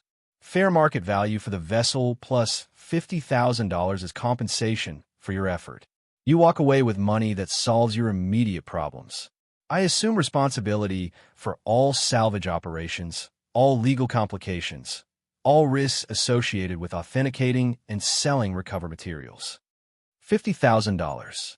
Enough to pay her debts, cover rent for a year, provide stability while she looked for legitimate employment. Enough to give Yasmin the security every child deserved, to stop living day to day with the constant pressure of knowing that one more setback meant complete collapse, and also far less than even a single authenticated carpet was worth. A fraction of the potential value if the remaining bundles held similar treasures. An offer designed to sound generous while representing theft dressed in business language. I'm not selling. Koslov's smile carried no warmth. Mrs. Rashidi, you're an intelligent woman. Consider what accepting my offer provides versus what refusing it costs. You have debts, an eviction notice, a daughter who needs stability. You're attempting salvage operations you can't afford, authentication processes that will trigger government oversight the moment they become official legal battles with parties who have resources you lack. And you're a vulture who watches people struggle, so you can buy their discoveries for nothing and claim credit for their work. I'm a businessman who understands that expertise without capital is worthless, that discoveries made by desperate people in desperate circumstances rarely benefit those who make them. I'm offering you a way out before your situation becomes worse. How does it become worse? Kozlov gestured to his companion, who produced a folder and handed it over. Inside, Layla found photographs of herself at the harbor, working on the ship, meeting with Dr. Sharifi, documents showing her debt, her eviction notice, Yasmin's school enrollment. A comprehensive dossier that had been compiled with thoroughness that went beyond casual interest. You're operating without proper permits, conducting salvage operations that require licensed crews and safety protocols you're not following, removing historical artifacts without cultural heritage ministry oversight, using university facilities for private commercial purposes without authorization. Any one of these violations could result in criminal charges. Together, they represent a pattern of behavior that could cost you custody of your daughter. The threat landed exactly as intended. Layla's hands clenched on the folder, rage and fear mixing into something that made breathing difficult. He wasn't just threatening her financial situation or her salvage rights. He was threatening to use bureaucratic mechanisms to take Yasmin, to transform her desperate attempts at survival into evidence of parental unfitness. That's blackmail. That's reality. You want to fight me? Go ahead. But understand what fighting costs. Legal fees you can't afford. Court battles that drag on for years. Your daughter placed in temporary care, while authorities investigate whether a mother conducting illegal salvage operations can provide adequate supervision. All while the carpets you found sit in government warehouses being assessed by experts who'll conclude they belong to national heritage collections rather than private ownership. Yasmin stirred in her sleep, murmuring something about boats and treasure. The sound of her daughter's voice cut through Layla's rage, forcing recognition that this wasn't about pride or principle anymore. This was about keeping Yasmin safe, about ensuring that fighting for what was right didn't cost her daughter the only parent she had left. I need time to think. You have 24 hours. After that, I proceed with filing complaints with relevant authorities, and you deal with consequences that money can't solve. Kozlov turned to leave, then paused. Mrs. Rashidi, I respect your expertise. Your identification of preservation potential in that wreck showed genuine insight. But insight without resources is just pretty theory. Take the money. Protect your daughter. Let someone with proper backing handle the complicated parts. After they left, Layla stood in darkness, trying to process implications that kept multiplying faster than she could contain them. Kozlov had resources she'd never be able to match, connections that allowed him to research her circumstances with alarming thoroughness, legal mechanisms he could deploy to tie up her salvage rights, while simultaneously threatening her custody of Yasmin. She couldn't fight him directly, couldn't match his money or his lawyers or his apparent willingness to destroy her life to claim what she'd found. But Layla had spent 8 years as a textile specialist learning to solve problems that conventional approaches couldn't address, had restored pieces that other experts had dismissed as too damaged, had identified patterns that revealed techniques thought lost to history. The solution to this problem wouldn't come from direct confrontation. It would come from understanding the pattern, from seeing the approach that others missed because they were looking at the wrong elements. She called Dr. Sharifi despite the hour, knowing he'd understand that calls at 4:30 in the morning meant crisis rather than casual conversation. Layla, what's wrong? She explained Kozlov's visit, the threats disguised as business proposition, the photographs proving surveillance she hadn't detected. Dr. Sharifi listened without interruption, then spoke with careful precision. He's moving faster than I expected. Someone with connections must have alerted him the moment you purchased the ship. Can you protect the carpet we authenticated? If authorities come looking, if Kozlov tries to claim it through legal channels? University policy requires that I report significant discoveries involving cultural heritage materials. I've been delaying that notification to give you time, but Layla, If he files official complaints, I'll be required to turn over anything in my possession or face my own legal complications. The answer was what she'd expected, but still hurt to hear confirmed. Dr. Sharifi couldn't protect her indefinitely, couldn't shield discoveries that would make him complicit in violations he'd be required to report. How long can you delay the reporting? If he files tomorrow? Perhaps 48 hours before university administration forces my compliance. If you have a strategy, you need to execute it immediately. Layla's mind raced through options that kept narrowing as each complication eliminated possibilities. She couldn't fight Koslov legally, couldn't extract and authenticate all 73 carpets before he moved to stop her, couldn't rely on institutional support that would evaporate the moment official complaints were filed. But she could do one thing that Koslov might not anticipate. She could make the discovery public before he could control the narrative, could share findings with enough people that attempting to bury them became more complicated than simply threatening one desperate woman. Dr. Sharifi, if I brought you 4 more bundles tonight, could you authenticate them by tomorrow evening? Working without sleep? Possibly. But Layla, authentication without proper documentation, chains won't hold up legally. You need provenance that can withstand scrutiny. I need enough authenticated pieces to prove the discovery is real and valuable. Enough that when word spreads, enough people are paying attention that Koslov can't simply claim everything through intimidation. You're talking about going public before establishing legal protections. That's extremely risky. I'm out of low-risk options. Will you help me? The pause stretched long enough that Layla thought he might refuse, might reasonably decide that his career and reputation couldn't be further jeopardized by association with her increasingly desperate strategies. Bring the bundles to my laboratory. We'll work through the day tomorrow. But Layla, after this, I can't protect you further.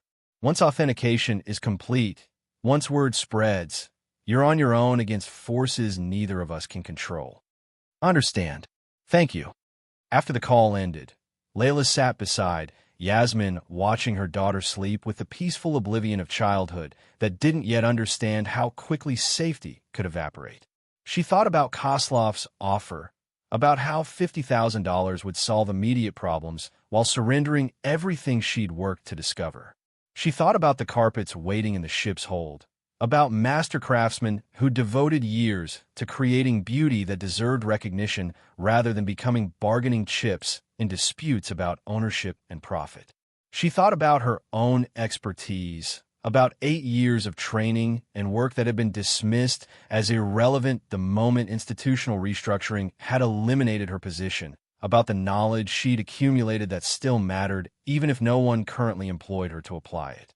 And she made a decision that felt less like choice and more like the inevitable conclusion of everything that had led to this moment. She would extract 4 more bundles tonight, would work with Dr. Sharifi through tomorrow to authenticate them, would document everything thoroughly, photographically, with expert analysis that couldn't be easily dismissed. Then she would share findings with every news outlet, every academic institution, every cultural heritage organization that might care about the discovery of Qajar dynasty carpets preserved against improbability. She would make the discovery too public to bury, too documented to dismiss, too valuable for anyone to claim through simple intimidation. It was desperate. It was risky. It might result in exactly the legal complications Koslov had threatened, might cost her any financial benefit from what she'd found, might prove that expertise without resources truly was worthless. But it was better than surrender, better than accepting $50,000 for discoveries worth millions, better than teaching Yasmin that the right choice when threatened was capitulation rather than fighting back with whatever tools remained available. Layla dressed quietly, leaving a note for Yasmin explaining that Mama had important work and would be back before school started. She took 3 buses to the harbor, arriving as early morning fishing boats were beginning their daily departures. The ship waited in darkness, patient and rotting, and holding treasures that had survived longer than the empire that had commissioned them. Layla descended into the hold, where water level had dropped enough to expose the uppermost tier of bundles completely. She rigged her pulley system and began the brutal work of extraction, muscles screaming and hands bleeding and lungs burning with exertion that exceeded reasonable limits. By the time Dr. Sharifi arrived with Parisa and the university van at 6 a.m., Layla had extracted 3 bundles, arranged them on the deck, and started work on the 4th. Her hands shook with exhaustion. Her vision narrowed periodically with the warning signs of physical collapse that she ignored through sheer determination. Layla, Dr. Sharifi's voice carried alarm when he saw her condition. You can't sustain this pace. I have until tomorrow evening. Then Koslov files complaints and everything stops. Parisa helped with the 4th bundle while Dr. Sharifi documented the extraction process, his camera capturing the conditions under which recovery was occurring, the preserved state of canvas wrapping, the evidence of careful original packing that had enabled survival.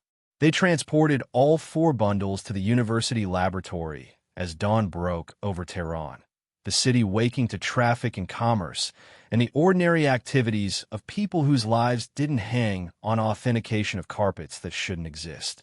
The laboratory became Layla's entire world for the next 18 hours.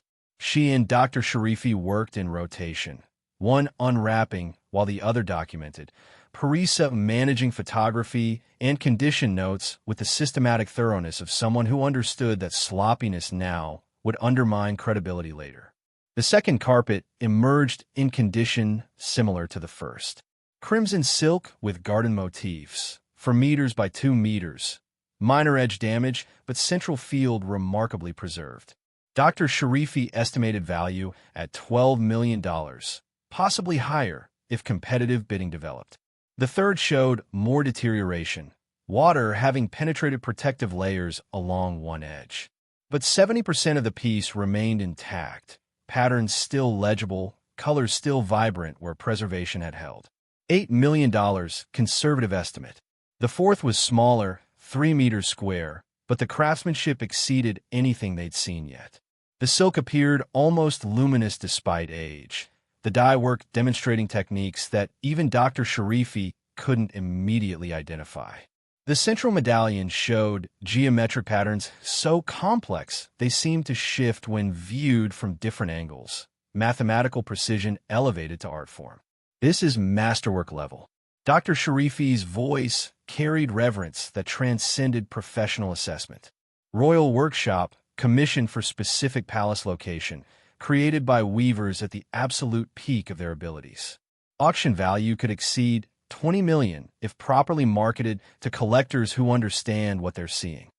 Layla photographed it from every angle, her exhaustion temporarily forgotten in the presence of something so extraordinary it felt. Almost sacred. Someone had spent years creating this piece, had poured their expertise and creativity and dedication into every knot, had achieved something that transcended mere craft to become genuine art, and had survived, against probability, against degradation, against a century underwater, and the assumption that organic materials couldn't possibly persist through such conditions. By 8 p.m., they had completed authentication of all 4 carpets. Dr. Sharifi had compiled detailed analysis documenting construction techniques, dye composition, stylistic elements that confirmed Qajar dynasty court production. His reputation lent weight that individual specialists couldn't provide. His documentation established provenance chains that could withstand scholarly scrutiny.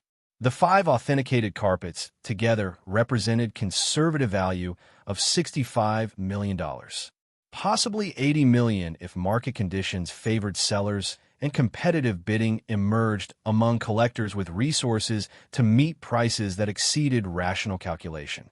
And 68 bundles still waited in the ship's hold, each one potentially holding similar treasures. What now? Parisa's question articulated what all 3 of them were thinking. Layla pulled out her phone and composed a message that she sent to 15 email addresses simultaneously. News outlets, cultural heritage organizations, academic institutions, government ministries that overseen historical preservation. The message was brief, containing photographs of all 5 authenticated carpets, Dr. Sharifi's preliminary analysis, and a simple statement.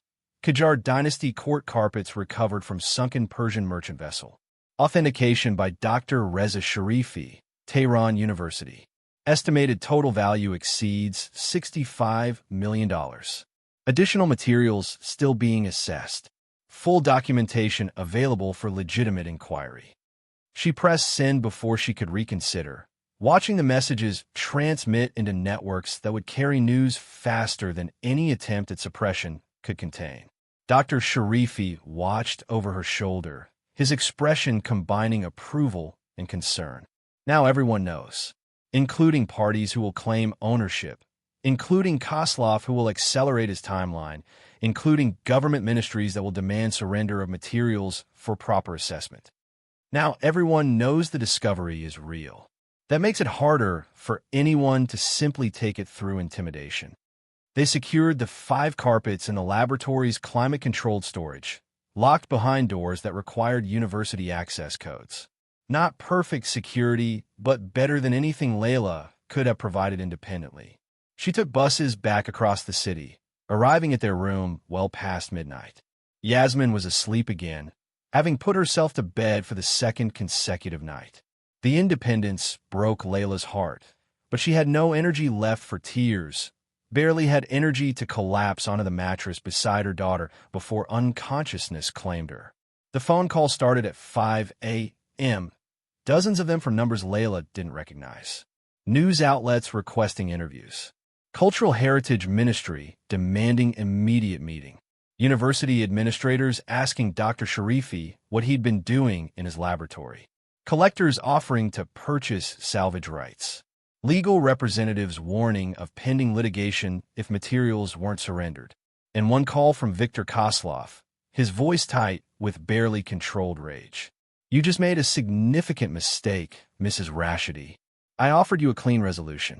Now you'll face every complication I warned about, plus several you haven't imagined yet. Now everyone knows the discovery exists and what it's worth. That makes your threats less effective. That makes my threats unnecessary. The government will seize your materials within 48 hours. Multiple parties will file ownership claims that tie everything up in courts for years. You'll spend whatever money you might have gained fighting legal battles you cannot win. And through it all, your daughter watches her mother self-destruct through pride that should have been swallowed 3 days ago. The call ended before Layla could respond, leaving her staring at the phone and processing the accuracy of his warnings. She made the discovery public, yes, but that didn't resolve ownership disputes or prevent government seizure or shield her from legal complications that were already materializing. Mrs. Ahmadi called at 6:30, her voice carrying concern that felt genuine. Mrs. Rashidi, Yasmin's classmates are talking about seeing you on the news. She's very proud, but also confused about what's happening. I think you should come to school today. Speak with her about the situation before she hears versions from other children. Layla dressed quickly, woke Yasmin with gentle insistence, prepared breakfast from supplies that were now completely exhausted. They walked to school together through streets where people pointed and whispered, recognition spreading through neighborhood networks faster than official news could transmit. At the school, Mrs. Ahmadi pulled Layla aside while Yasmin joined her classmates who immediately surrounded her with questions about treasure and boats and mothers who found things worth millions. The news is calling this the most significant textile discovery in decades. They're saying the carpets could be worth hundreds of millions if everything in that ship survived. Is that accurate? I don't know yet. I've authenticated 5 pieces. 68 more remain in the hold. And the legal situation? I'm hearing multiple parties are claiming ownership. It's complicated. The ship is registered in my name. I conducted the salvage. But Iranian law regarding historical artifacts is murky when values exceed certain thresholds. I'll probably spend years in court fighting claims from parties with more resources than I have. Mrs. Ahmadi was quiet for a moment, then spoke with careful precision. Yasmin is a remarkable child. Resilient, intelligent, kind despite circumstances that would make other children bitter. She deserves stability and security. Whatever you're fighting for, make sure it's worth what it costs her. The implicit criticism stung because it carried truth Layla couldn't dismiss. She was fighting for financial security that might never materialize, using strategies that increased risk to Yasmin's stability rather than protecting it. But surrender meant accepting Koslov's offer or some variant of it, meant allowing expertise and effort to be rewarded with fractions of actual value, while others claim credit and profit. I'm trying to do what's right for her. I know you are. Just make sure right accounts for all variables, not just the immediate threat. Layla left the school with Mrs. Ahmadi's words echoing in her mind, walking toward buses that would carry her to meetings she couldn't avoid. First the Cultural Heritage Ministry, then the University Administration, then wherever else her presence was demanded by parties who wanted to claim or control or complicate what she discovered. The Cultural Heritage Ministry occupied a building that aspired to grandeur through architecture, but achieved only bureaucratic intimidation. Layla was directed to a conference room where three officials waited with expressions that suggested they'd already decided the outcome before hearing her explanation. The senior official, a man named Dr. Mahmoud Tehrani, spoke with the authority of someone accustomed to deference. Mrs. Rashidi, cultural heritage law is quite clear. Historical artifacts exceeding 5 million rials in value automatically become property of the state, subject to assessment and proper preservation by qualified institutions. I conducted the salvage as private party using legitimately purchased vessel. Maritime law suggests that properly recovered materials belong to the party who bore financial risk. Maritime law is superseded by cultural heritage protection statutes when artifacts represent national historical significance. The carpets you found belong to the Iranian people, not private ownership. Layla had expected this argument, had researched the statutes Dr. Tehrani cited, had found ambiguities that suggested the situation was less clear than he presented. The statutes you're referencing apply to artifacts discovered through archaeological excavation on Iranian soil. Maritime salvage operates under different legal framework, particularly for vessels that sank before current preservation laws existed. Dr. Tehrani's expression tightened with annoyance that someone was challenging his interpretation. That's legal sophistry. The intent of heritage protection is clear regardless of specific statutory language. The intent of maritime salvage law is equally clear.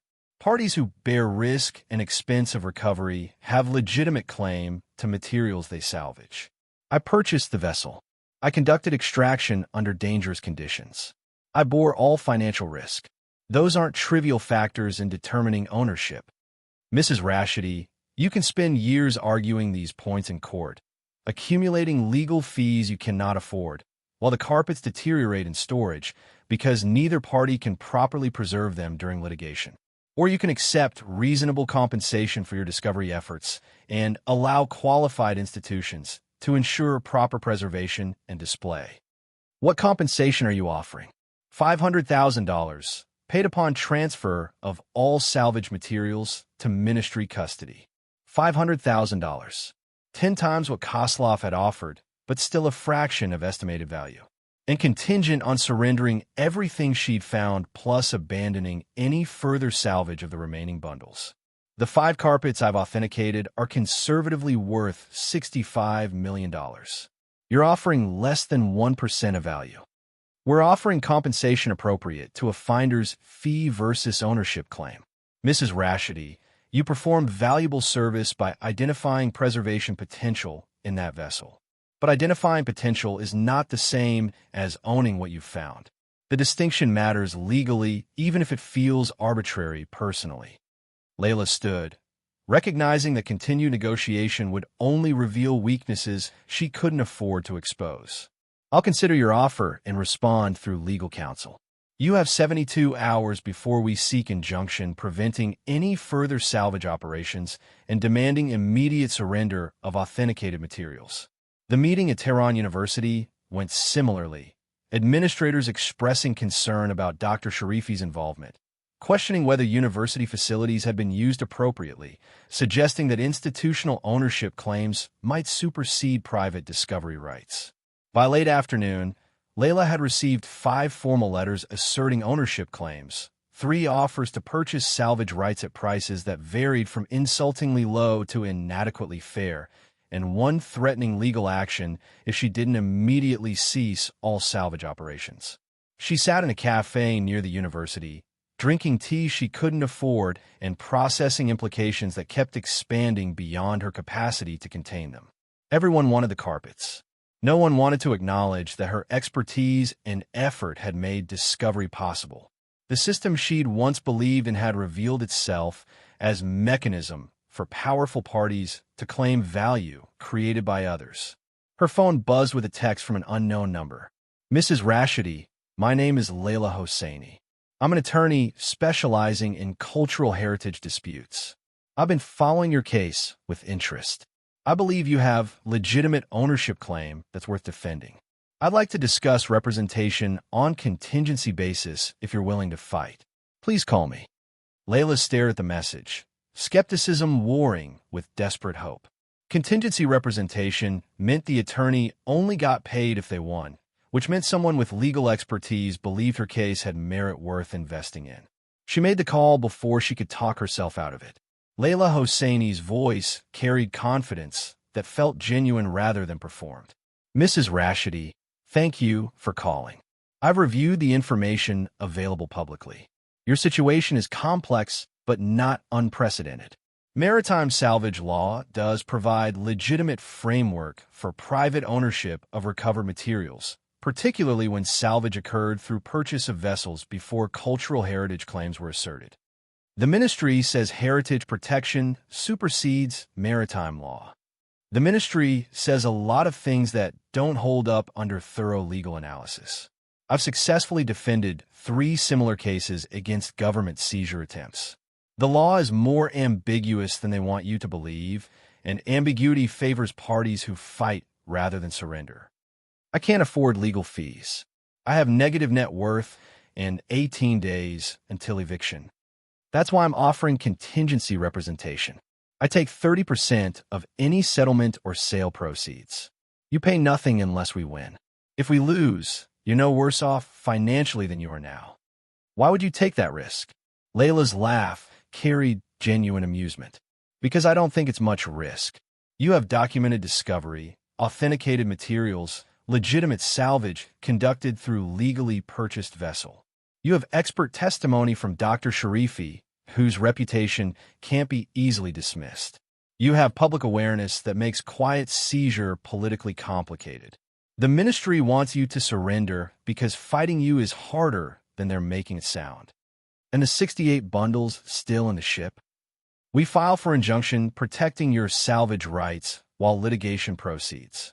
We extract and authenticate systematically, building comprehensive documentation that strengthens ownership claims. We negotiate from position of knowledge rather than reacting to pressure from parties who want to control the narrative." It was exactly the strategy Layla had wanted to pursue but lacked resources to execute. Having legal representation that believed in the case, that would fight rather than just negotiate surrender, changed the fundamental dynamics of every confrontation she'd faced. "When can we start?" "I'll file initial motions this afternoon. Expect the ministry to respond with escalated pressure. They'll threaten criminal charges, custody complications, whatever leverage they think will make you fold. Don't engage directly. Forward everything to me. Let them discover that threatening you now means threatening your legal counsel, which creates different exposure than intimidating an individual actor."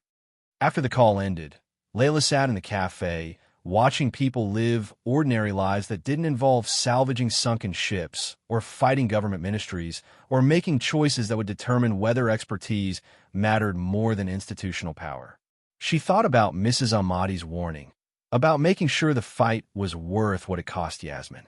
She thought about surrender being easier, safer, more rational given the forces arrayed against her.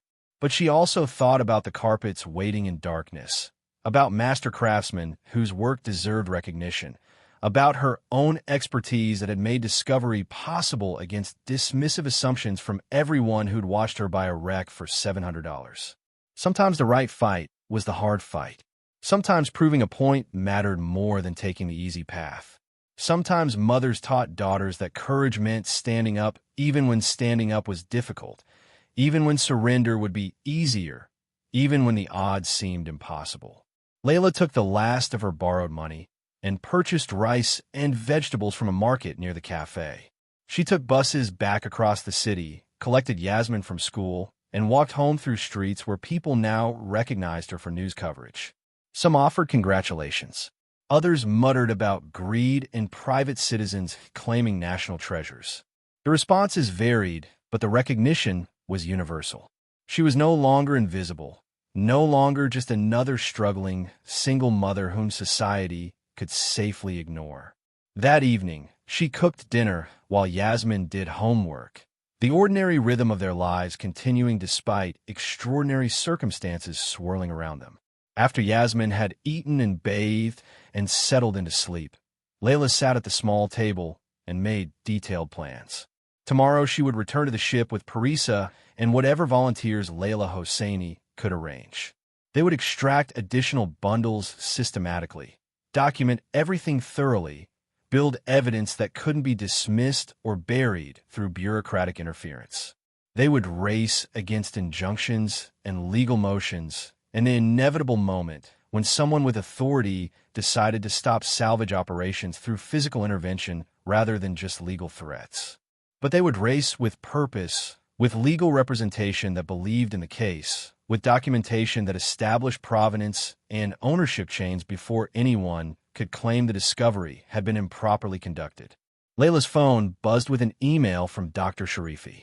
University administration is demanding I turn over the authenticated carpets to their custody pending resolution of ownership disputes.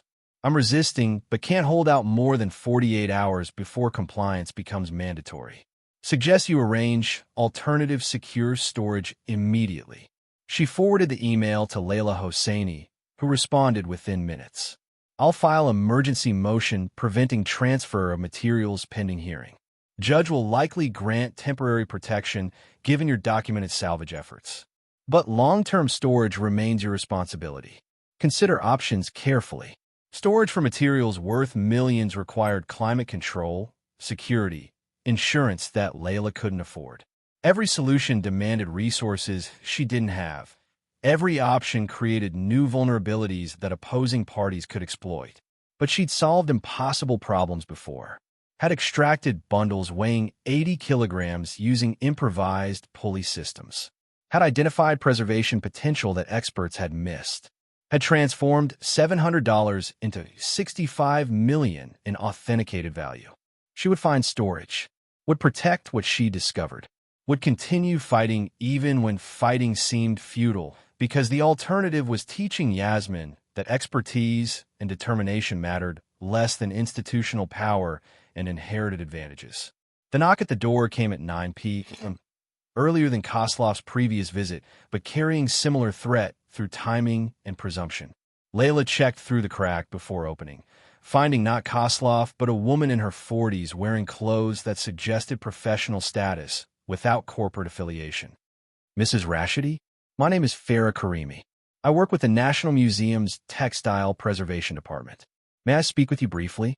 Layla opened the door slightly, aware that Yasmin slept nearby and that any conversation needed to remain quiet. The museum sent you? The museum doesn't know I'm here. I came personally because I've followed your discovery with great interest. I was Dr. Sharifi's colleague before the restructuring. I remember your work, your expertise with Qajar dynasty materials. I wanted to offer perspective that might be helpful. What perspective? Farah glanced around the hallway, as though checking for witnesses, then spoke with quiet intensity. The ministry's offer is insulting. $500,000 for materials worth tens of millions. But fighting them will cost you everything, personally and financially, even if you eventually win. They're the third option nobody's discussing because it doesn't serve institutional interests. What option? Sell directly to private collectors through international auction houses. Sotheby's, Christie's, houses that specialize in Persian antiquities. Establish provenance through documentation you've already compiled. List materials with full disclosure of recovery circumstances. Let competitive bidding determine actual market value rather than accepting government-dictated compensation. The ministry would claim, I'm illegally trafficking national treasures. Only if you conduct sales through Iranian channels where they have jurisdiction. International auction houses operate under different legal frameworks. British and American courts have repeatedly ruled that private salvage from historical wrecks belongs to salvagers unless government can prove prior ownership claim. The burden of proof shifts from you defending ownership to ministry proving their superior claim. The strategy was risky but logical. International sales would remove ministry jurisdiction while establishing market value through competitive bidding rather than bureaucratic assessment. It would also escalate conflict, potentially resulting in diplomatic complications that exceeded simple ownership disputes. How long would international authentication and sale take? 4 to 6 months if you move quickly. Authentication by major houses requires comprehensive analysis, but they have resources and expertise that exceed what's available domestically. And crucially, they have financial incentive to maximize value rather than minimize it for acquisition purposes. The ministry won't wait 4 months. They'll seize materials before I can export them. Not if you move materials out of Iran before they obtain injunction. Once authenticated pieces are in international custody, seizure becomes diplomatic incident rather than domestic legal matter. The government rarely pursues such cases because international optics damage them more than materials are worth. Layla processed implications that felt simultaneously brilliant and catastrophically risky. Removing authenticated materials from Iran without government permission would violate export laws, potentially resulting in criminal charges that could include imprisonment. But it would also establish facts on the ground that changed every subsequent negotiation. Materials in international auction house custody couldn't be easily reclaimed. Market value would be determined by competitive bidding rather than government assessment. The discovery would be recognized internationally regardless of domestic political complications. How would I move 5 large carpets out of Iran without detection? Farah pulled out a business card with handwritten number on the back. This is a cultural heritage transport specialist who works with international museums. Technically, his services are for legitimate institutional transfers. Practically, he understands that sometimes proper preservation requires moving materials to facilities that can adequately protect them, regardless of whether all paperwork has been properly filed. You're suggesting I smuggle national treasures out of the country. I'm suggesting you protect materials you legitimately salvage from parties who want to seize them through bureaucratic mechanisms that ignore your rights. The language we use depends on whose interests we're serving. After Farah left, Layla sat in darkness, wrestling with decisions that felt impossibly consequential. Exporting the carpets would protect them from government seizure, but create criminal exposure that could result in imprisonment. Keeping them in Iran meant fighting legal battles she probably couldn't win against parties with unlimited resources. Both options carried catastrophic risk. Both could end with her losing everything while achieving nothing except proving that expertise, without institutional backing, was indeed worthless. But one option at least ensured the carpets would be properly preserved and valued, would establish market worth through competitive bidding, would prevent government from simply seizing materials and offering compensation that bore no relationship to actual value. Layla pulled out her phone and called the number Farah had provided. A male voice answered, professional and cautious. This is Amir. How can I help you? My name is Layla Rashidi. Farah Karimi suggested I contact you about transporting cultural materials requiring special handling. Brief silence, then careful response. I'm familiar with your situation, Mrs. Rashidi. What exactly do you need transported? 5 authenticated Qajar dynasty carpets, currently in university custody, requiring transfer to international auction house for evaluation and potential sale. And the documentation status? Salvage from legally purchased vessel. Authenticated by Dr. Reza Sharifi. Currently contested by Cultural Heritage Ministry claiming government ownership. No export permits have been granted or requested. I see. My services for such situations run $50,000, paid in advance, non-refundable if complications prevent completion. $50,000 she didn't have. But Layla Hosseini had agreed to contingency representation, which suggested she believed the case had value worth investing in. Perhaps she could be convinced to advance costs against eventual settlement proceeds. I'll need to arrange financing. How quickly could you execute transport if funding became available? 72 hours from payment confirmation to materials arriving in London custody. Sotheby's has facility there that specializes in Persian antiquities. They provide immediate secure storage pending authentication and potential auction listing. And the risk of interception? My success rate is 93% across 40 previous transports. Most failures occur due to client disclosure rather than detection through normal customs channels. If you can keep this confidential for 72 hours, materials will be out of Iranian jurisdiction before anyone realizes they've moved. After ending the call, Layla sat calculating impossibilities that needed to become possible within compressed timelines. She needed $50,000 she didn't have. Needed to convince Layla Hosseini that advancing costs made strategic sense. Needed to extract the carpets from university custody without Dr. Sharifi facing consequences for releasing them. Needed to maintain absolute secrecy despite knowing that someone had been monitoring her movements with alarming precision. Every element required coordination and trust and luck that had been scarce throughout this entire process.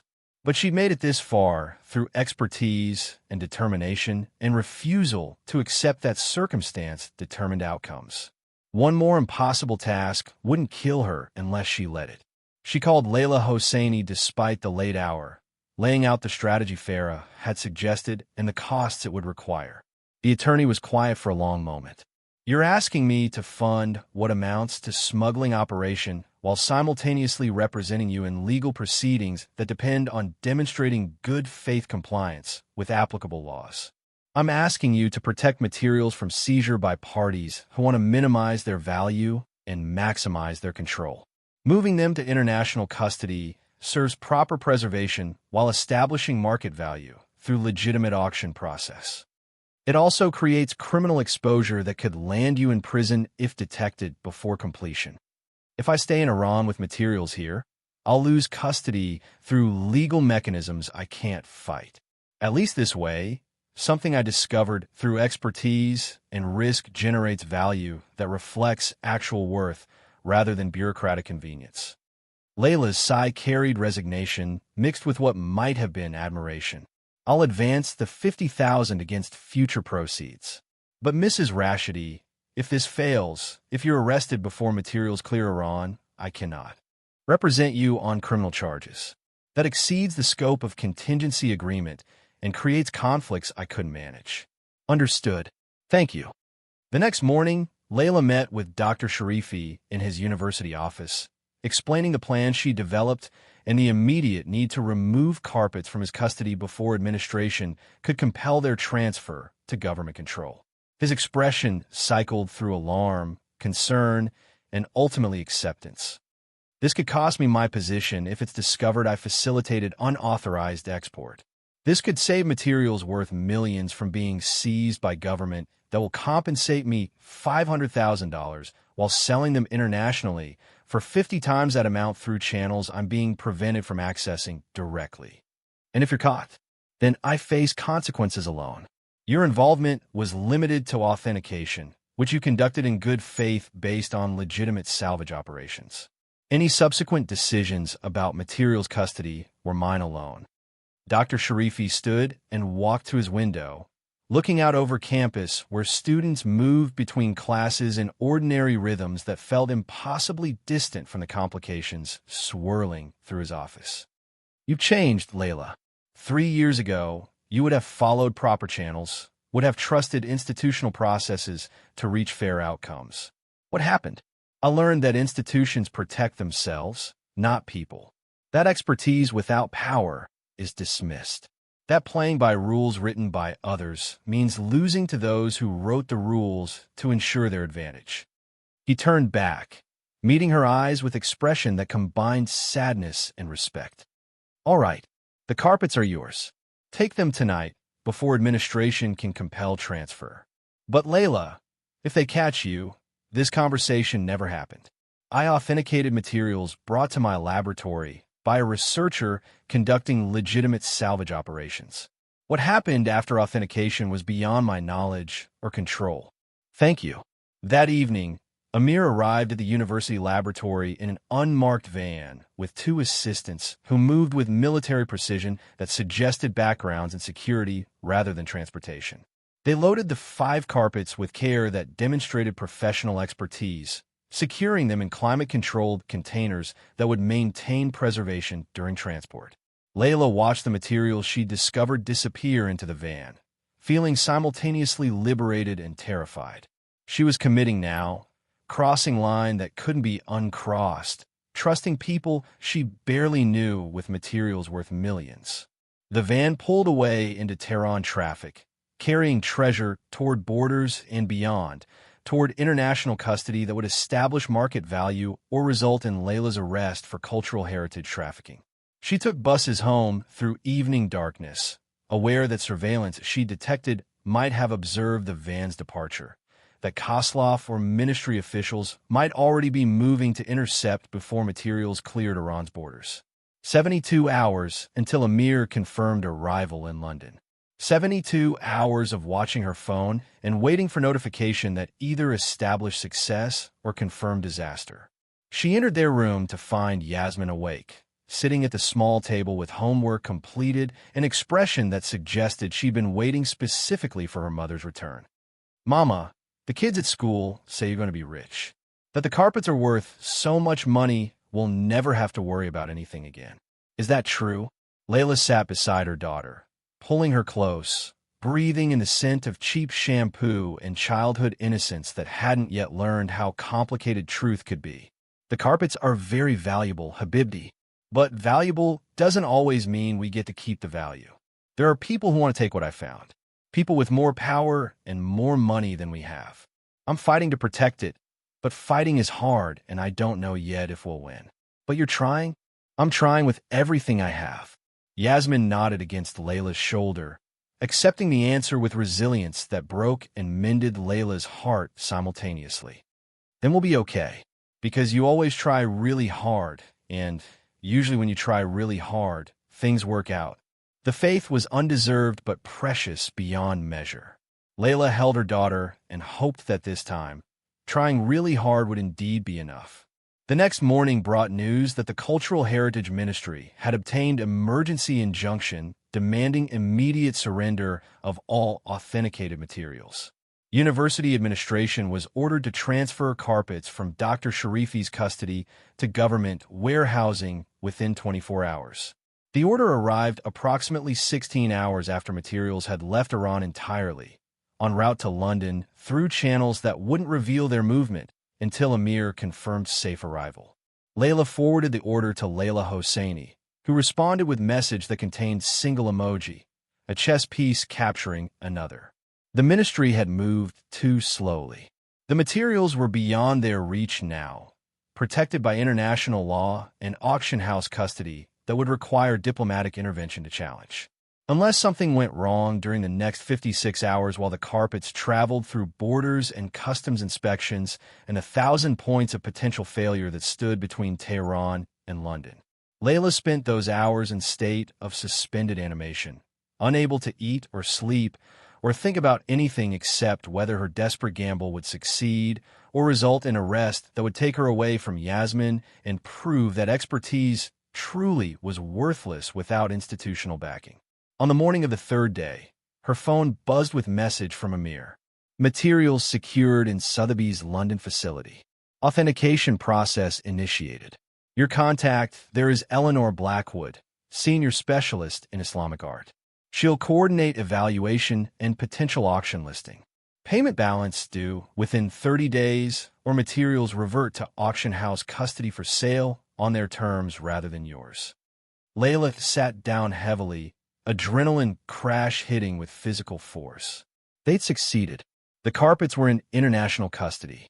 The ministry couldn't seize them now without diplomatic intervention that would create optics far worse than simply accepting that materials had been legitimately salvaged by a private party. She'd won this round, had protected materials worth millions from government seizure, had established facts that changed every subsequent negotiation about ownership and value and compensation. But the war wasn't over. The ministry would escalate. Kozlov would adapt his strategy. Criminal charges might still materialize once authorities discovered materials had been exported without permits. And 68 bundles still waited in the ship's hold, each one potentially holding additional treasures, each one representing new complications in disputes that were already exceeding her capacity to manage. But for this moment, on this morning, Layla allowed herself to acknowledge what she'd accomplished through expertise and determination and refusal to accept that powerful parties always won. She'd discovered treasure that had waited 134 years to be found. She'd extracted it against improbability. She'd authenticated it against institutional resistance. And she'd protected it from seizure by parties who wanted to claim value she'd created through knowledge they didn't possess. She'd proven that expertise mattered, that determination could overcome resource disadvantages, that sometimes desperation created perfect conditions for achievement that comfort would never have risked attempting. Yasmin emerged from sleep, rubbing her eyes and moving to her mother's side. "Is everything okay, Mama?" Layla pulled her daughter close, holding her with gratitude that transcended circumstance. "Everything's okay, Habibti. The carpets are safe. We're going to be all right." It was more hope than certainty, more determination than proven fact. But sometimes hope and determination were enough to transform impossible into merely difficult. And Layla had learned to excel at difficult when impossible proved slightly beyond reach. Thank you so much for watching until the end. If you love this story, check out the other videos on your screen now. I think you'll really enjoy them. And don't forget to subscribe if you haven't already. See you in the next story.